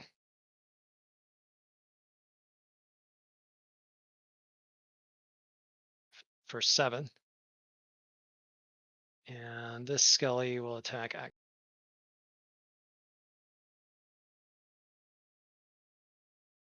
Oh my god, that's a bad round for the Skelly. Okay, or bad round for you guys. D6.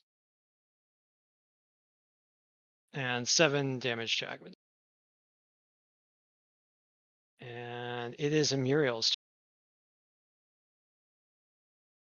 I'm going to use my lay on hands healing to Agmundr, which is 10. Ooh, nice. Okay, Agmundr, you get 10 back. Nice. Thank you, Zen. And that was my action. And that's it for me. All right, Slayde, it is your turn.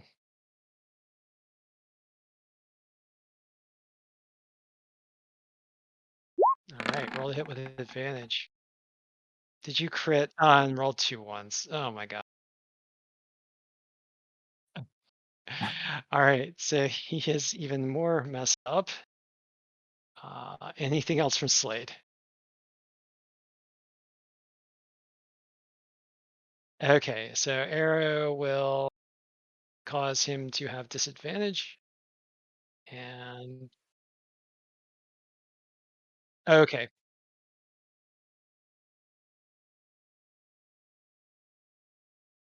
Gotcha. So arrow is going to orbit that goblin. Justice, it is your turn. All right, let's see if I can orchestrate this perfectly. I'm gonna start with my bonus action to do an offhand attack against the skeleton I'm currently with. Roll the hit. 22 is a hit. 22, Indeed it is. 4 All right. points. Describe how you slay the skeleton. I don't even look at it. I thrust my short sword behind me as I rush off to my next target. This guy. Nice. Roll the hit. 23 is a hit. For 5 For points of damage. 5. Oh, he is messed up. And that's it for justice.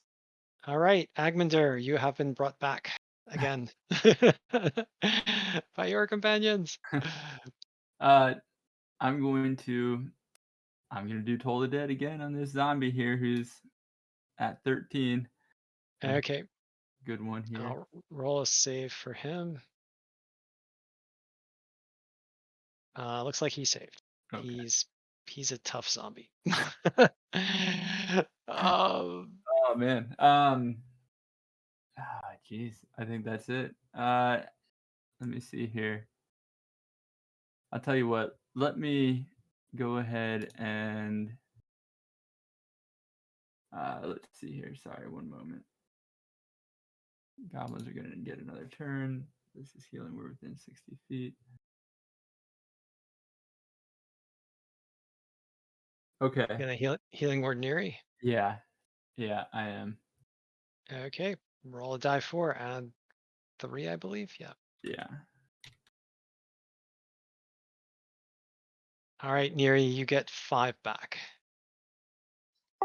Awesome. You know, you guys are really good at healing each other. This is this has been like the heal fest. Um, all right. Anything else from Agmundr? No, that's it. Zombie.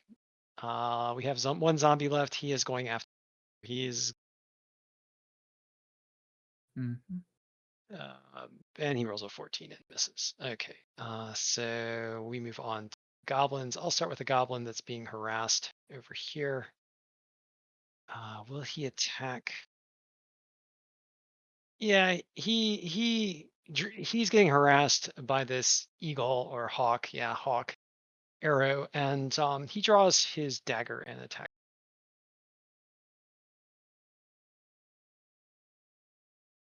What is the hawk's armor class? What is arrow's armor class?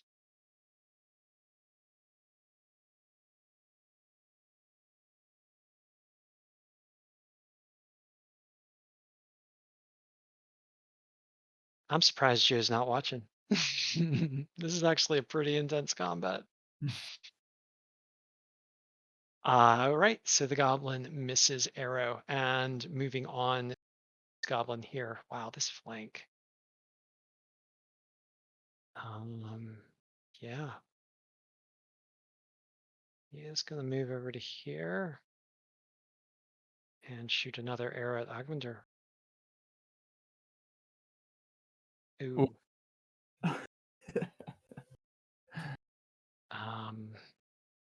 Ooh. Oh, yeah. Done. Bad. Okay, and then the last goblin, which is yeah, Justice, you really beat the tar out of him, so he's going to turn around with his dagger. You for 16.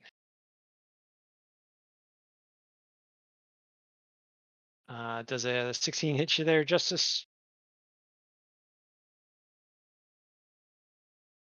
Okay, Justice, you take 4 damage. And that is it for the goblins. Neri, there's a goblin flanked between you. There is. I think He you might have a has one hit point. rapier. I do have a rapier. I only have a +3 on that rapier, but I feel like why not? Well, you have advantage. Yeah. Oh, man. 11 with advantage. Let's see. I think his armor class he does not have a shield, but yeah, it's still 13. Okay. Yeah, so you unfortunately, sorry to say. All right, this skellies, there are 2 skellies.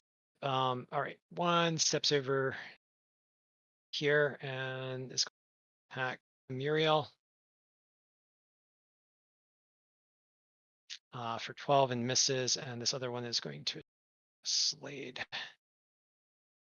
5 and misses. Amuriel, it is. Okay, so I'm just gonna scooch right here to flank Mm-hmm. and hit him with my longsword again. Unfortunately, yeah, it's not good. 10 is a miss. That's it for me. Okay, Slayde.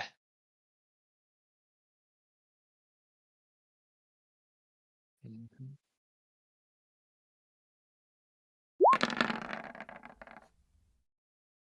24 is a hit, 8 is solid damage.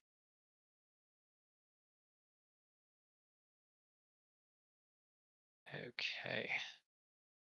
Justice. Alright, I'm gonna try the same thing here. I'm gonna try to offhand this goblin. 23 is a hit.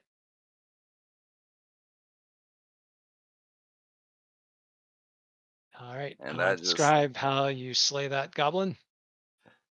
I do a Naruto run away from this goblin. The sword slices them in half on my way over to the skeleton. Nice. 19. So Agmundr is out. Oh, but down. He's down as a 12 hit. You can occupy Amuriel space if you wish momentarily. Yes. As long as you have the movement to do.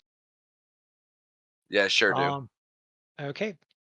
And a 19 will hit, so you do 5. Describe how you slay that. I run up, give Amuriel a kiss, and with the other hand, not even looking, strike out the sword at the skeleton. Oh, the romantic. I like it. Nice. And that's it for justice. All right. That was a good set of circumstances there. Agmundr, I needed a Okay. How do I do that? Do I this one here? roll a. Oh, that's one fail. So 1 of 3. All right. It is the zombie's turn. Let's see. The zombie has 3 of visible foes. They're standing. Yeah, I think it's gonna shamble up here. There's something about a paladin that seems to make undead want to attack. So, oh no. Yeah, so the zombie moves up and crits the paladin.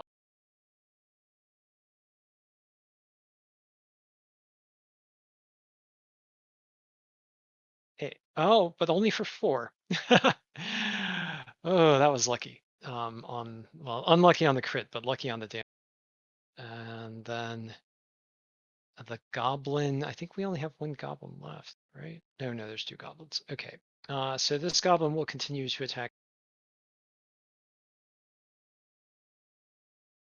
with his dagger and misses again. And then this goblin to the south. Let's see, he's got 3 targets. So 1 will be Amuriel, 2 will be Justice, 3 will be Slayde.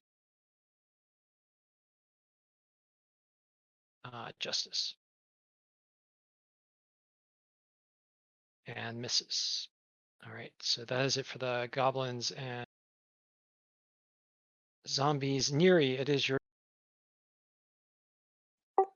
I am going to do vicious mockery on that skeleton on the bottom in front of Slayde. Okay, Skelly.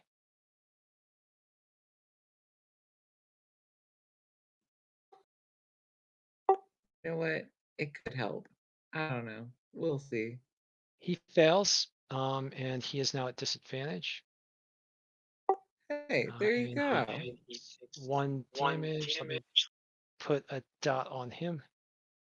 All right, he is at disadvantage. And Neri moves out to here. Yep, and that's it for me. Okay, and then moving on to the skeleton at disadvantage. I think he is the only skeleton left. All right, he will attack Slayde with disadvantage with his short sword. That actually did make a difference. Quite a lot, in fact. So that skeleton misses Slayde and is no longer at disadvantage. And now we move on to. Okay, headed back over to flanking with my sweet, sweet husband. And gonna jab at him again. Ooh, nice shot. 5. And then that will end my turn. All right, that zombie is still standing after taking a few hits there, but he is looking worse for wear. Slayde, it is your turn.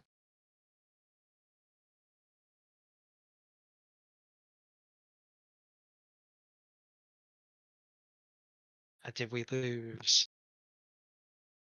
Did I cast the sleep spell on Ted? He's taking Zelda out. Yeah. Oh, he's taking Zelda out. Okay. We'll just go on to Just and get back to his turn. I'm in a back. second. Just oh, you're back. Okay, Slayde, it is your turn. Oh, I'm Good alive. timing. Okay. Yeah, well, you're alive because Neri viciously mocked that skeleton, and Neri was like, "What? Look behind you!" And the skeleton was like, "What?" Oh man, that's lucky. Okay. Yeah, he would have hit you with a 23, but then the disadvantage roll was 11. Ooh, well, that worked out.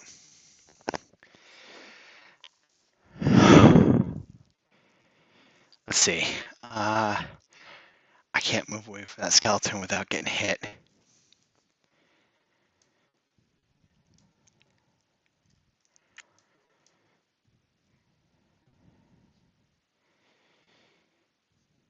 What are we gonna do?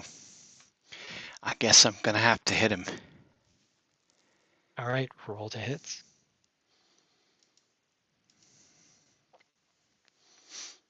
Okay, again with shocking grasp. It's way too much melee for a wizard. Yeah, you are like the melee. Ooh, you nail him for 8 lightning Nice. damage. Ouch. He is messed up now. Palpable. Well, you can move wherever you want now. I can. Because he is like reeling from the shocker. I feel like I also need to protect Justice or Amuriel a little bit here because we got a goblin on our flank. We're all just kind of equally vulnerable though. Yeah, everybody is hurting. Yeah, we're all hurting. No, I'm gonna Mhm. stand my ground, and Arrow is gonna continue to pester this goblin. All right, Justice, it is your turn. Hey, Crow, you want to sit in my lap, buddy? Come on. 7 healing for Armender, and that will end my turn. All right, Agmundr. Wow, you guys have everyone can heal. Except me. Everyone, Might need yeah, to except fix that. me. Yup, that would be interesting. I'm kidding. Um, all right, Agmundr stands up again. Nice. And that'll be, is that it for Justice? That's it for Justice. Agmundr, it is your turn. Justice, I see 5 on that roll, but I heard 7. Yeah, I got a +2. I just rolled a straight up D8. Be sure I didn't want to put it in there improperly. All right. What is the skeleton at here? The one that Slayde was just hitting. Oh, 4. Okay. I've got a 4 and an 8. I hit him for 8.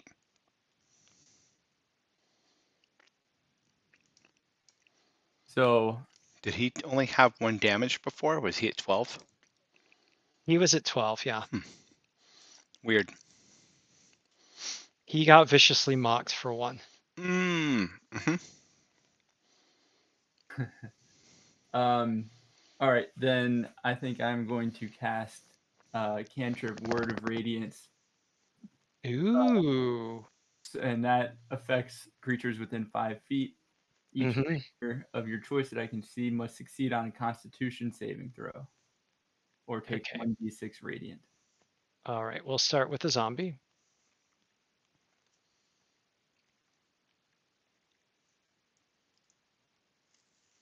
All right, he saves, and then the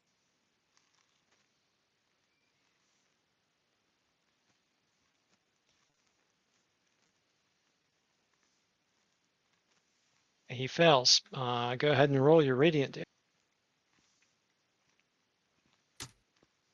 Oh, Oh man. I love Word of Radiance. I wanted you to roll. I mean, oh god. All right, so the Skelly eats a bit of radiant damage, knocking it down a bit more. Okay. Now back to this zombie that just wit. Let's see. It's got Justice. Agmundr has not attacked it recently. Amuriel did. I think he will try to hit Amuriel.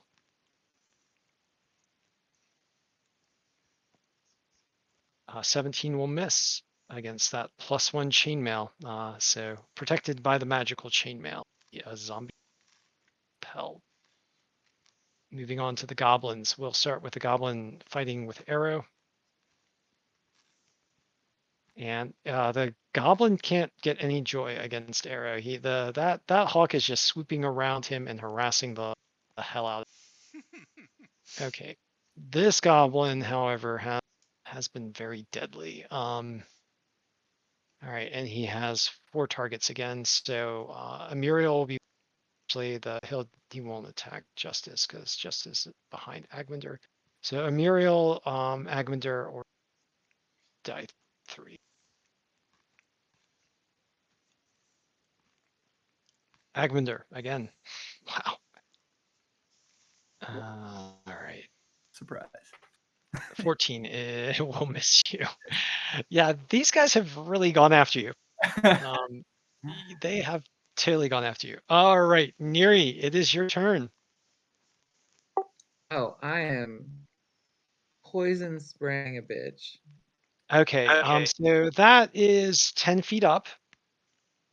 So you would have to roll an athletics check to climb that, and that would take 20 feet of movement to climb that.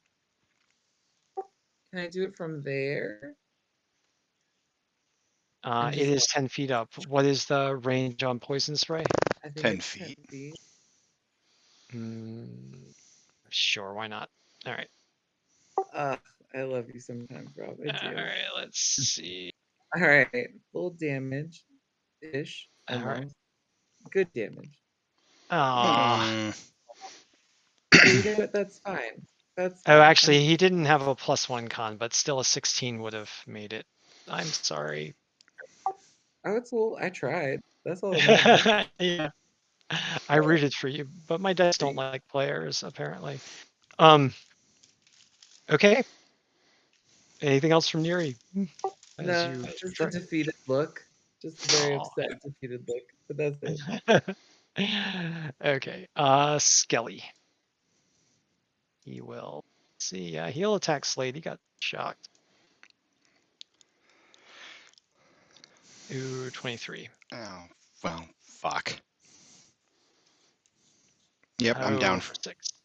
All right. And Slayde goes down, and it is Amuriel's turn.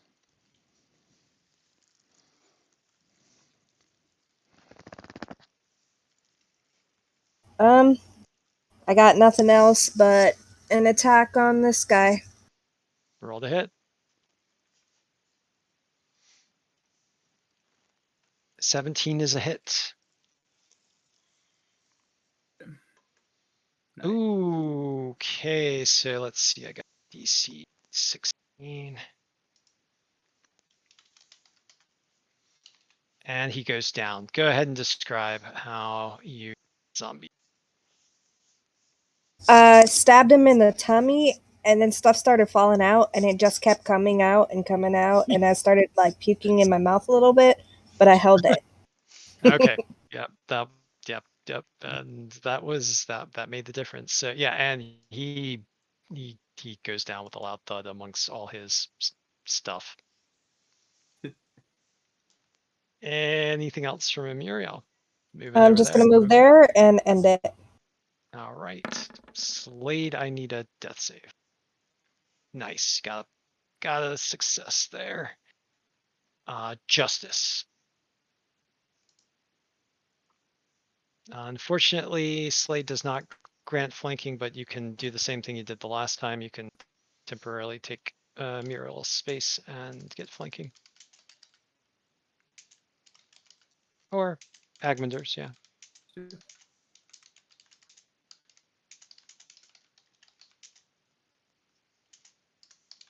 That's a crit for 6 damage, and that Skelly goes down. Describe.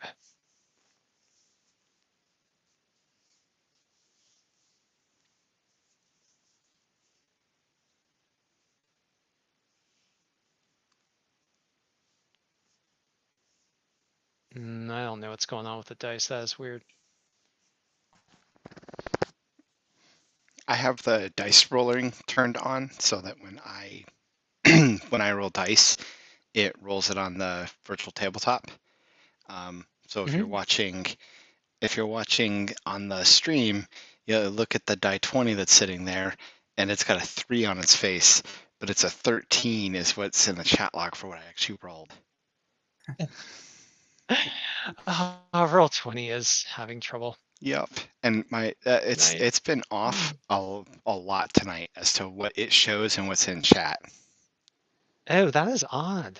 Yeah, it hasn't just been like this one die roll. It's been a lot tonight. That is weird. I don't understand how that's possible, but I don't know. I guess whatever, the dice roller on the screen's not syncing up with the chat. Yeah, I mean, whatever. What's in chat is what we're going to be going with, so. Yeah. All right, Justice, I believe you have another attack. That's an 18, and that will hit the goblin for 8, which also takes that goblin out. Describe.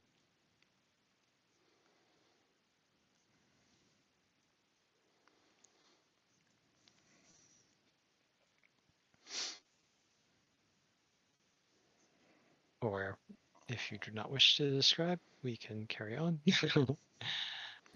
I wonder if... I gave an epic description. It was really good too. Oh man, He was on mute. Were you muted? Oh gosh.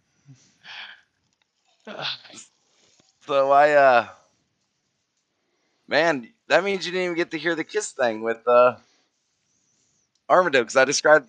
Did you not hear the other description either? No, We you're gonna heard have the to kiss describe earlier. it all again. Yeah, we heard. Well, No, okay. no. So I ran up to the zombie, moved into Armando's space, killed it, looked him dead in the face, and said, "No kiss for you." And then Nice. and then ran towards the goblin in the last desperate strike, just out of spells, out of energy, just one last ditch effort that connects. Nice. All right, and yeah, and with that, the tide has truly turned in your favor. This combat has been pretty dicey. It's been good. It's been a damn good combat. But I'm glad you enjoyed it. It's swung a lot of different directions, which is always fun, you know. But that will be it for Justice. All right. Well played. Good round. Thank you. Agmundr, it is your turn. All right. Agmundr is going to start by casting Healing Word on Slayde. Ah, there we go. So the 1d4 plus 3.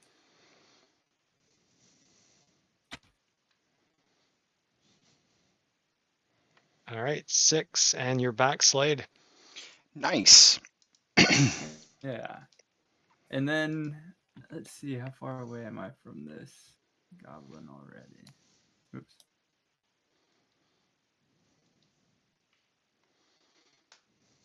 And Healing Word, I believe, was a bonus, so I think I can cast, let's see, Toll the Dead on the goblin here.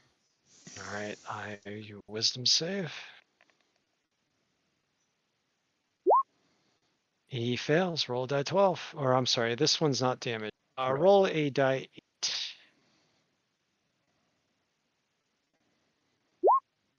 8. Ooh, and it doesn't matter because that's enough to slay the goblin and end the combat. Describe. So Agmundr just, again, just keeps trying to bang his head against the wall and get somebody with this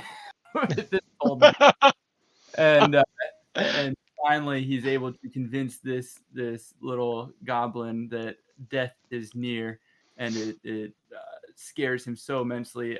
He actually jumps off the cliff head first down to the rocks below. Nice. All right.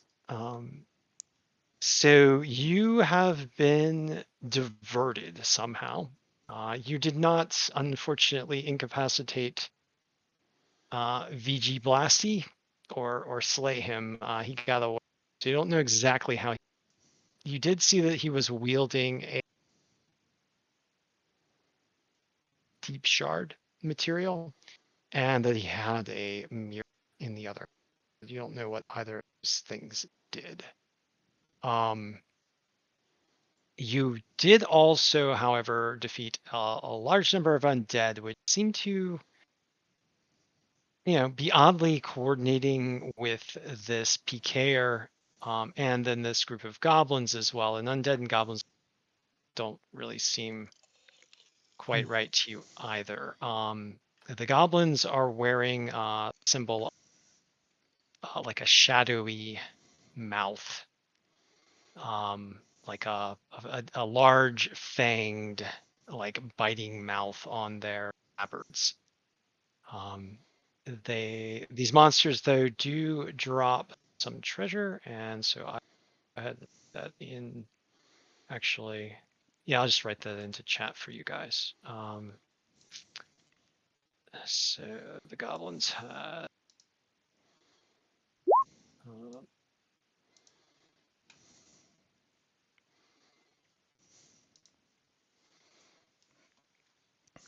And then one of the shadows that died into a black agate gem worth 50 gold.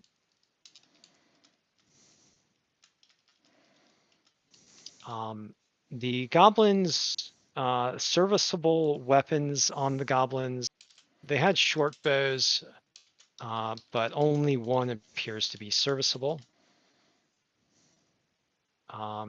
Amongst the goblins, there remain 33 arrows.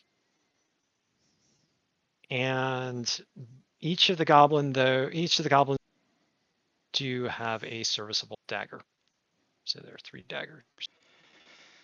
Does anybody want any of these things? Short bow, arrows, daggers? Justice, maybe you want to take all 33 of the arrows unless someone else wants to start using a bow. I'll take them.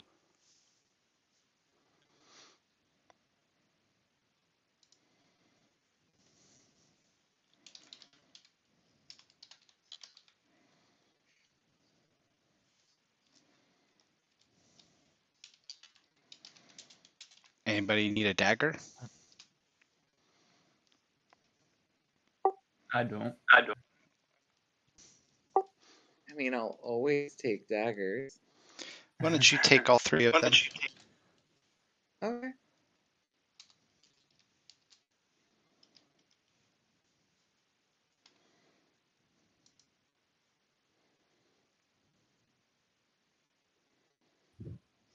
Yeah. And looking around, judging by the dead state of the trees in this node, you think that this node possibly was ripped away earlier than the node that you saw in Mio Elise, in the dark alley. You're not exactly able to determine how long ago, but these trees have been dead for a while. It's possible that whatever did this, it may have even happened right at the start of the game, maybe as Yggdrasil's roots first began to grow.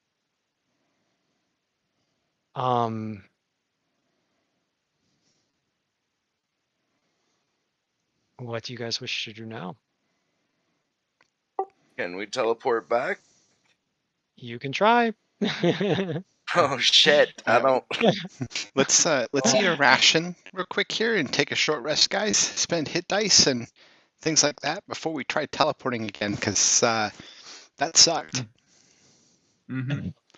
Yeah, that was. Yeah, it did. That was. Some people seem to have enjoyed that combat. Some doubt by that combat. The combat was good. I wasn't trying to say that, but having our teleportation disrupted and sucking us into a trap. Yeah, that is what sucked. It was awesome. What did the hit dice do? It's regaining hit points. So if you are currently hurt, you can spend hit dice to regain some of your hit points. Oh, each of us has 2 hit dice right now, which is, so I'm a wizard, so I have a die 6. And I'm about to roll a die 6 plus my con mod, which is 1.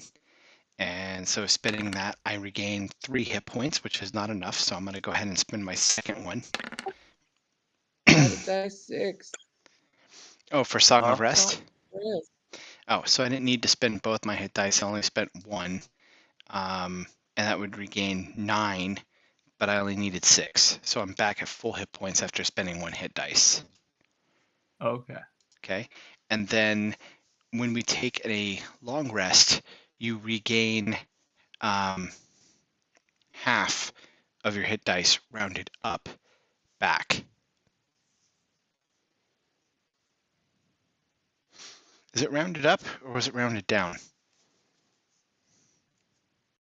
I think it's rounded up minimum, and because the minimum is 1. Mm-hmm. Yeah. Yeah, it's rounded up. Mm-hmm. And we get an extra 1d6 too. Yeah, From, because from Neri. Cool. Because I'm thinking about how we don't talk about Bruno. I'm just inspiring. And then I'll spend my arcane recovery to regain a spell slot.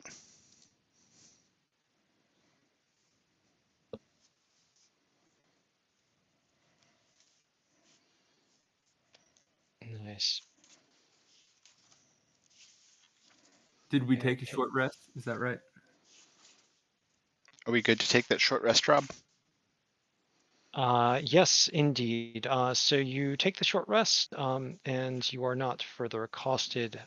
It doesn't really take that long just to eat a ration. You can scarf it down in about 5 minutes. So yes, you guys do get a short rest. Oh my God, Chris sitting here just staring at me like Grogu.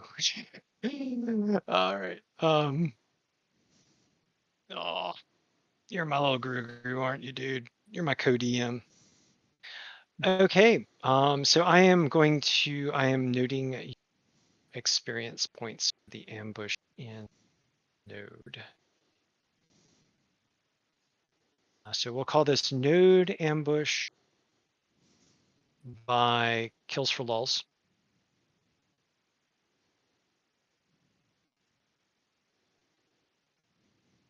And other.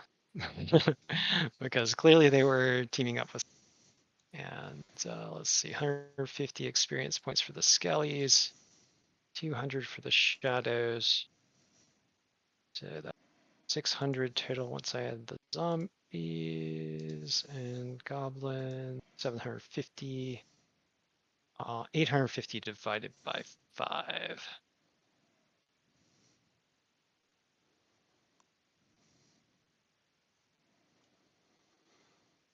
Where's my calculator?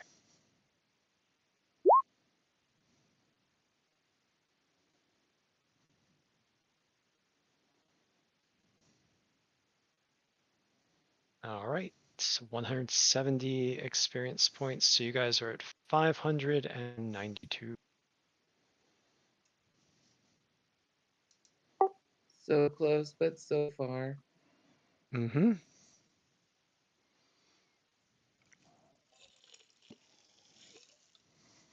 Hmm. All right, and let's see, it is 1:25 a.m. and I have completed all the that you guys still try to. You cut out like every other word there, Rob. Oh, okay. Can you hear me now, or do I need to Yes. like take off my headset? Okay. Okay. Well, do you guys wish to use your teleportation crystals and see if it works? I believe that's the plan, right? We took a short rest. Yep. Then we're going to try and use our teleport crystals to go back to Ashkelon. All right. So lifting your teleportation crystal, the light appears in them. there is a pause as they seem to jolt. You are here in a node. And then one by one, you get out. And you appear in Ashkelon. Made it.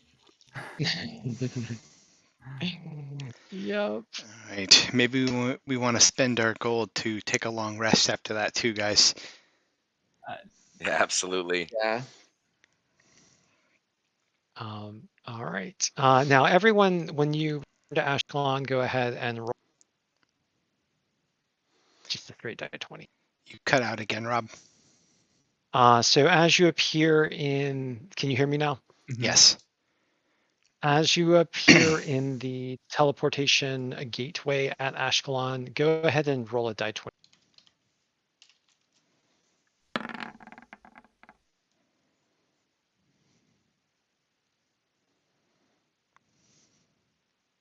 Okay. All right, no one rolled a 1. So as you appear, looking into your teleportation crystals there, you see a brief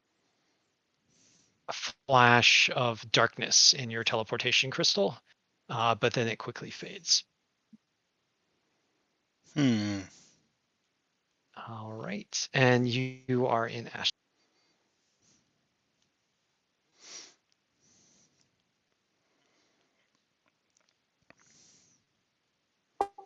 Let's go take a nap. All right, so returning to Ashkelon, you feel, oh my god, so much better. You're like, whoa, that was actually kind of a freaky adventure. We went to Nidavellir, chased by wolves that almost ate us. We met this really nice lady that fed us wonderful stew, and then made us lick bullywugs, which was actually kind of weird and fun at the same time. And then told us a story about the end of the fucking world, which was probably gonna literally happen exactly right, because this is Dungeons and Dragons, right? Then you tried to teleport back to Ashkelon because you had a good idea, about searching Lake Mimi's Brunner for clues that might give you some more information about this poem, which, though very scary, is also a bit vague. And and in the midst of your teleportation, you were hijacked somehow, brought into a node, and then ambushed. And barely surviving with your lives, you teleport back to Ashkelon. And boy, do you feel like you really, really, really now want to lick one of the blue bullywugs.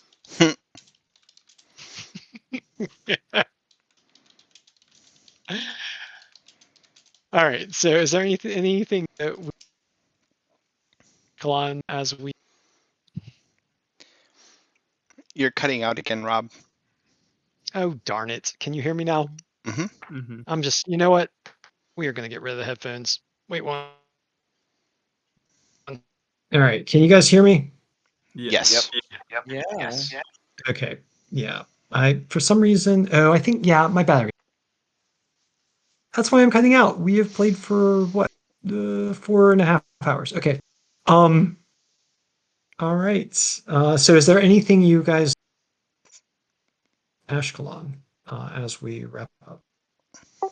Definitely need another healing potion to replace that last one. Well, you can certainly go to the marketplace to replace some healing potions. Yeah, that's worth the Awesome. 50 gold. Absolutely. Oh, but it's so expensive. We could just die. That's okay. I don't know how to play a player that likes to spend a lot of money. Okay. Can I get it for cheaper? Can I haggle?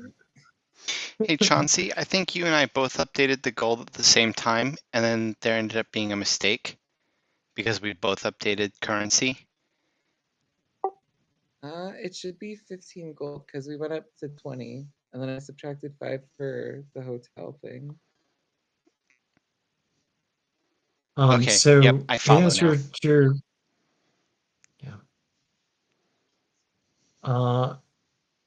in answer to your question, Chauncey,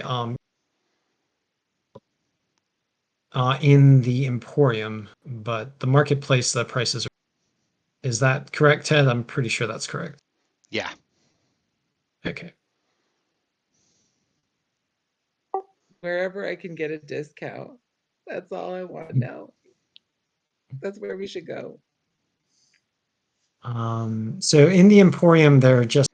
I don't believe they're selling potions. They're just selling regular magic items. And I need to go ahead and fill that out. I mean, I guess if a player wants to try and undercut or make potions available for cheaper than what can be bought at the marketplace, you know, I guess that's a possibility. But my assumption is even if they did, they can only produce so many at a time. Yeah. Yeah. And so those would probably just pop up and get snatched up. Yep. Well, you know what? How about this? We'll say if you're looking to place on a healing potion, I will say that there is a 30% chance that there is a healing potion. And if a die 100 there, Chauncey, and you roll a 30 or below, 40 gold, maybe, that you could probably talk him down to 40. No, unfortunately. All right, let's just spend the 50 gold and buy a potion, guys. It's always good to have at least one round. Maybe we even buy two. It leaves us with only 15 gold, but That's worth it. I think it's smart. Yeah, 15 gold. This still gets us 2 more long rest if we have our whole party. So I'll take one of the healing potions. Who would like the other one? I'm fast. I'll take the other one.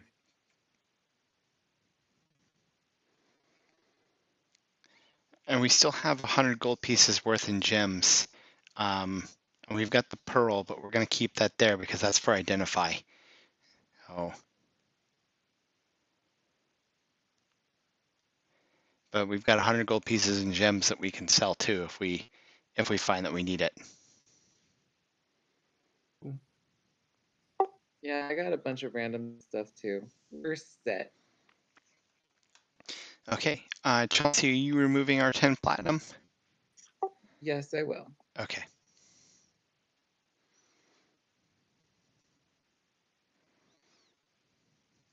Ted, you are so proactive. It's awesome.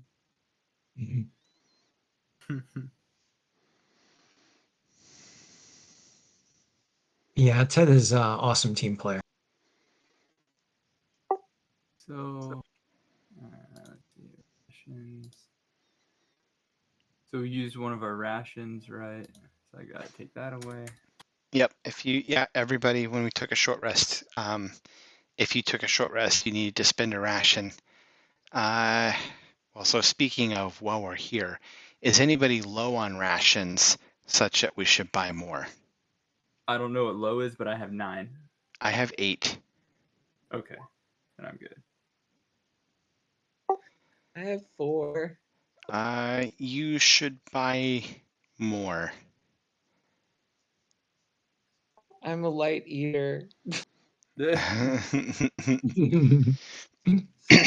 Drink coffee at cafes. Rations are one. trade the garnet, the 25 gold piece garnet, and buy, that's 50 rations that we can split up between the party.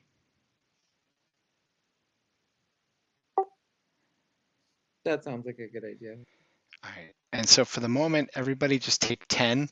And then when Ravi's here, we can all give Ravi some of our rations. But for right now, everybody take 10 rations.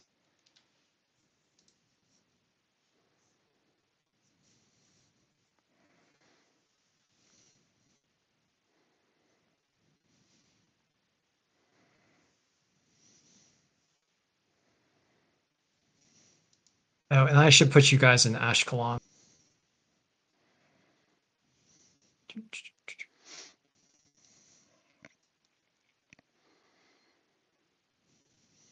Oh my god, this game was so fun. This was good. One of the best combats that I've ever played in any role playing game. It was Really? so good. Really? It was Wow. so good. It It was that intense. moment from movies where all the heroes are back to back just fighting an overwhelming horde. It was beautiful. Nice. I don't know how many times we healed and revived each other. Yeah, oh my god, and the cooperation we showed. Just like, it was that Yeah. moment where, helping your brother back up, holding the line. Yeah, you guys saved each other by healing each other so much. I mean, in my opinion, that's one of the most effective things that you can do. If one of your friends goes down, I mean, it just ruins the monster. I don't know. It just makes the game so much more fun because you're there together, standing there together as Absolutely. heroes who are gonna keep their buddies. It's yeah. No, that was intense. There were a lot of nat ones. Yeah, there were. Monsters crit a lot too. I was feeling it for you guys. I was like, man, this is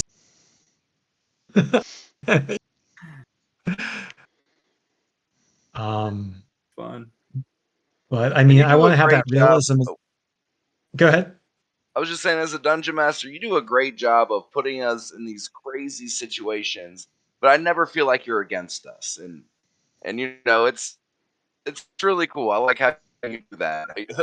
Like when you roll a crit on us, I can feel your pain. Yeah, no, I don't. I'm rooting. I'm totally rooting for the players. The monster. It's one of the reasons why I roll the dice where be the real risk. I mean, one reason I roll the dice is because a lot of like, oh, your dice are crazy, and I think sometimes my dice are crazy. It is, but the other thing is like honestly, You're favor. still cutting out a lot, Rob. Sorry.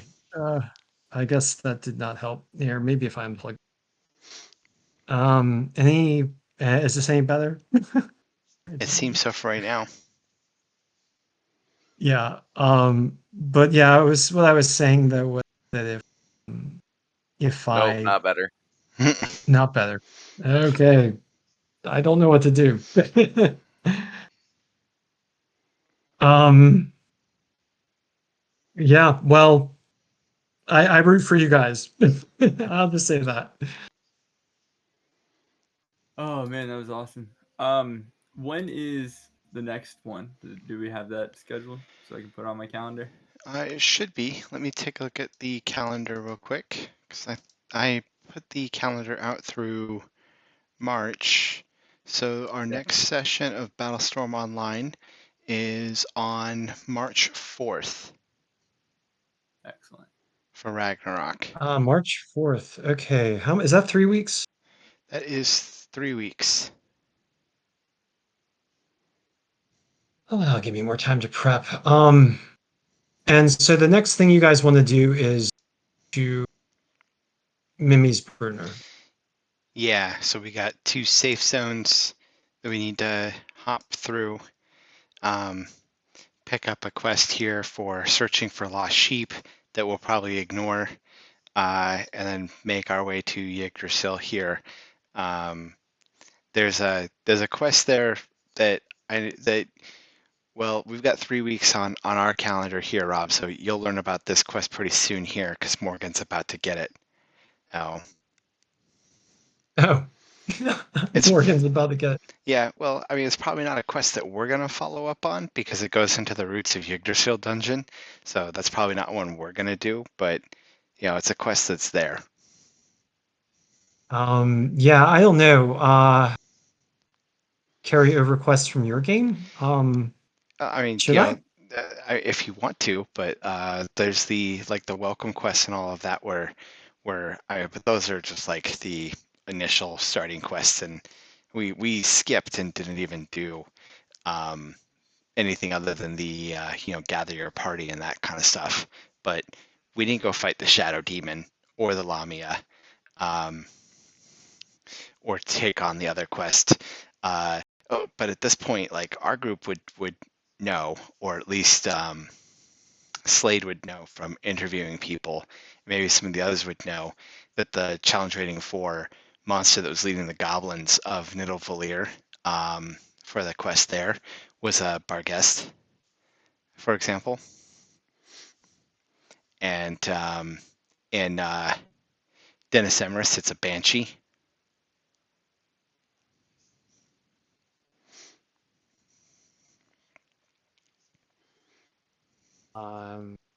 Ed? Yep. Okay. Yeah, sorry. I had to put my headphones back. So I missed. I was just talking about the monsters that we did not go and fight by not doing those first quests, the starting zone quest. Yeah, I think I'm not going to.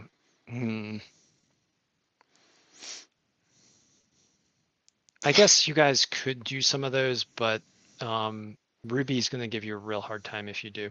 I don't see any. We have our own. We've got plenty of quest and plenty of adventure already that we're getting ourselves into. We don't need to follow the primary storyline of the game. That's for people who are going to Alfheim. Yeah. So yeah, and Ruby that I gave you early on yet, so you wouldn't actually get the full descriptions until you go meet with Ruby, because they have Ruby has like supplemental information for you on Yep. those quests. Oh. So, but they are I should probably just note them in your quest log so that you can see them. Okay, what Guys, I'm heading off to bed. Yeah, Thanks again for the great game, Rob. All right. Well, thank you. I'm glad you. It was a lot of fun. Thanks, guys. Good night, y'all. All right, I'm gonna head off too. Night, guys. next month. All right. See you guys. Right, I'll see you guys. Okay, and let me I'm gonna just go stop ahead. the stream. Oh, that is a good idea. Okay, well, that was fun and intense.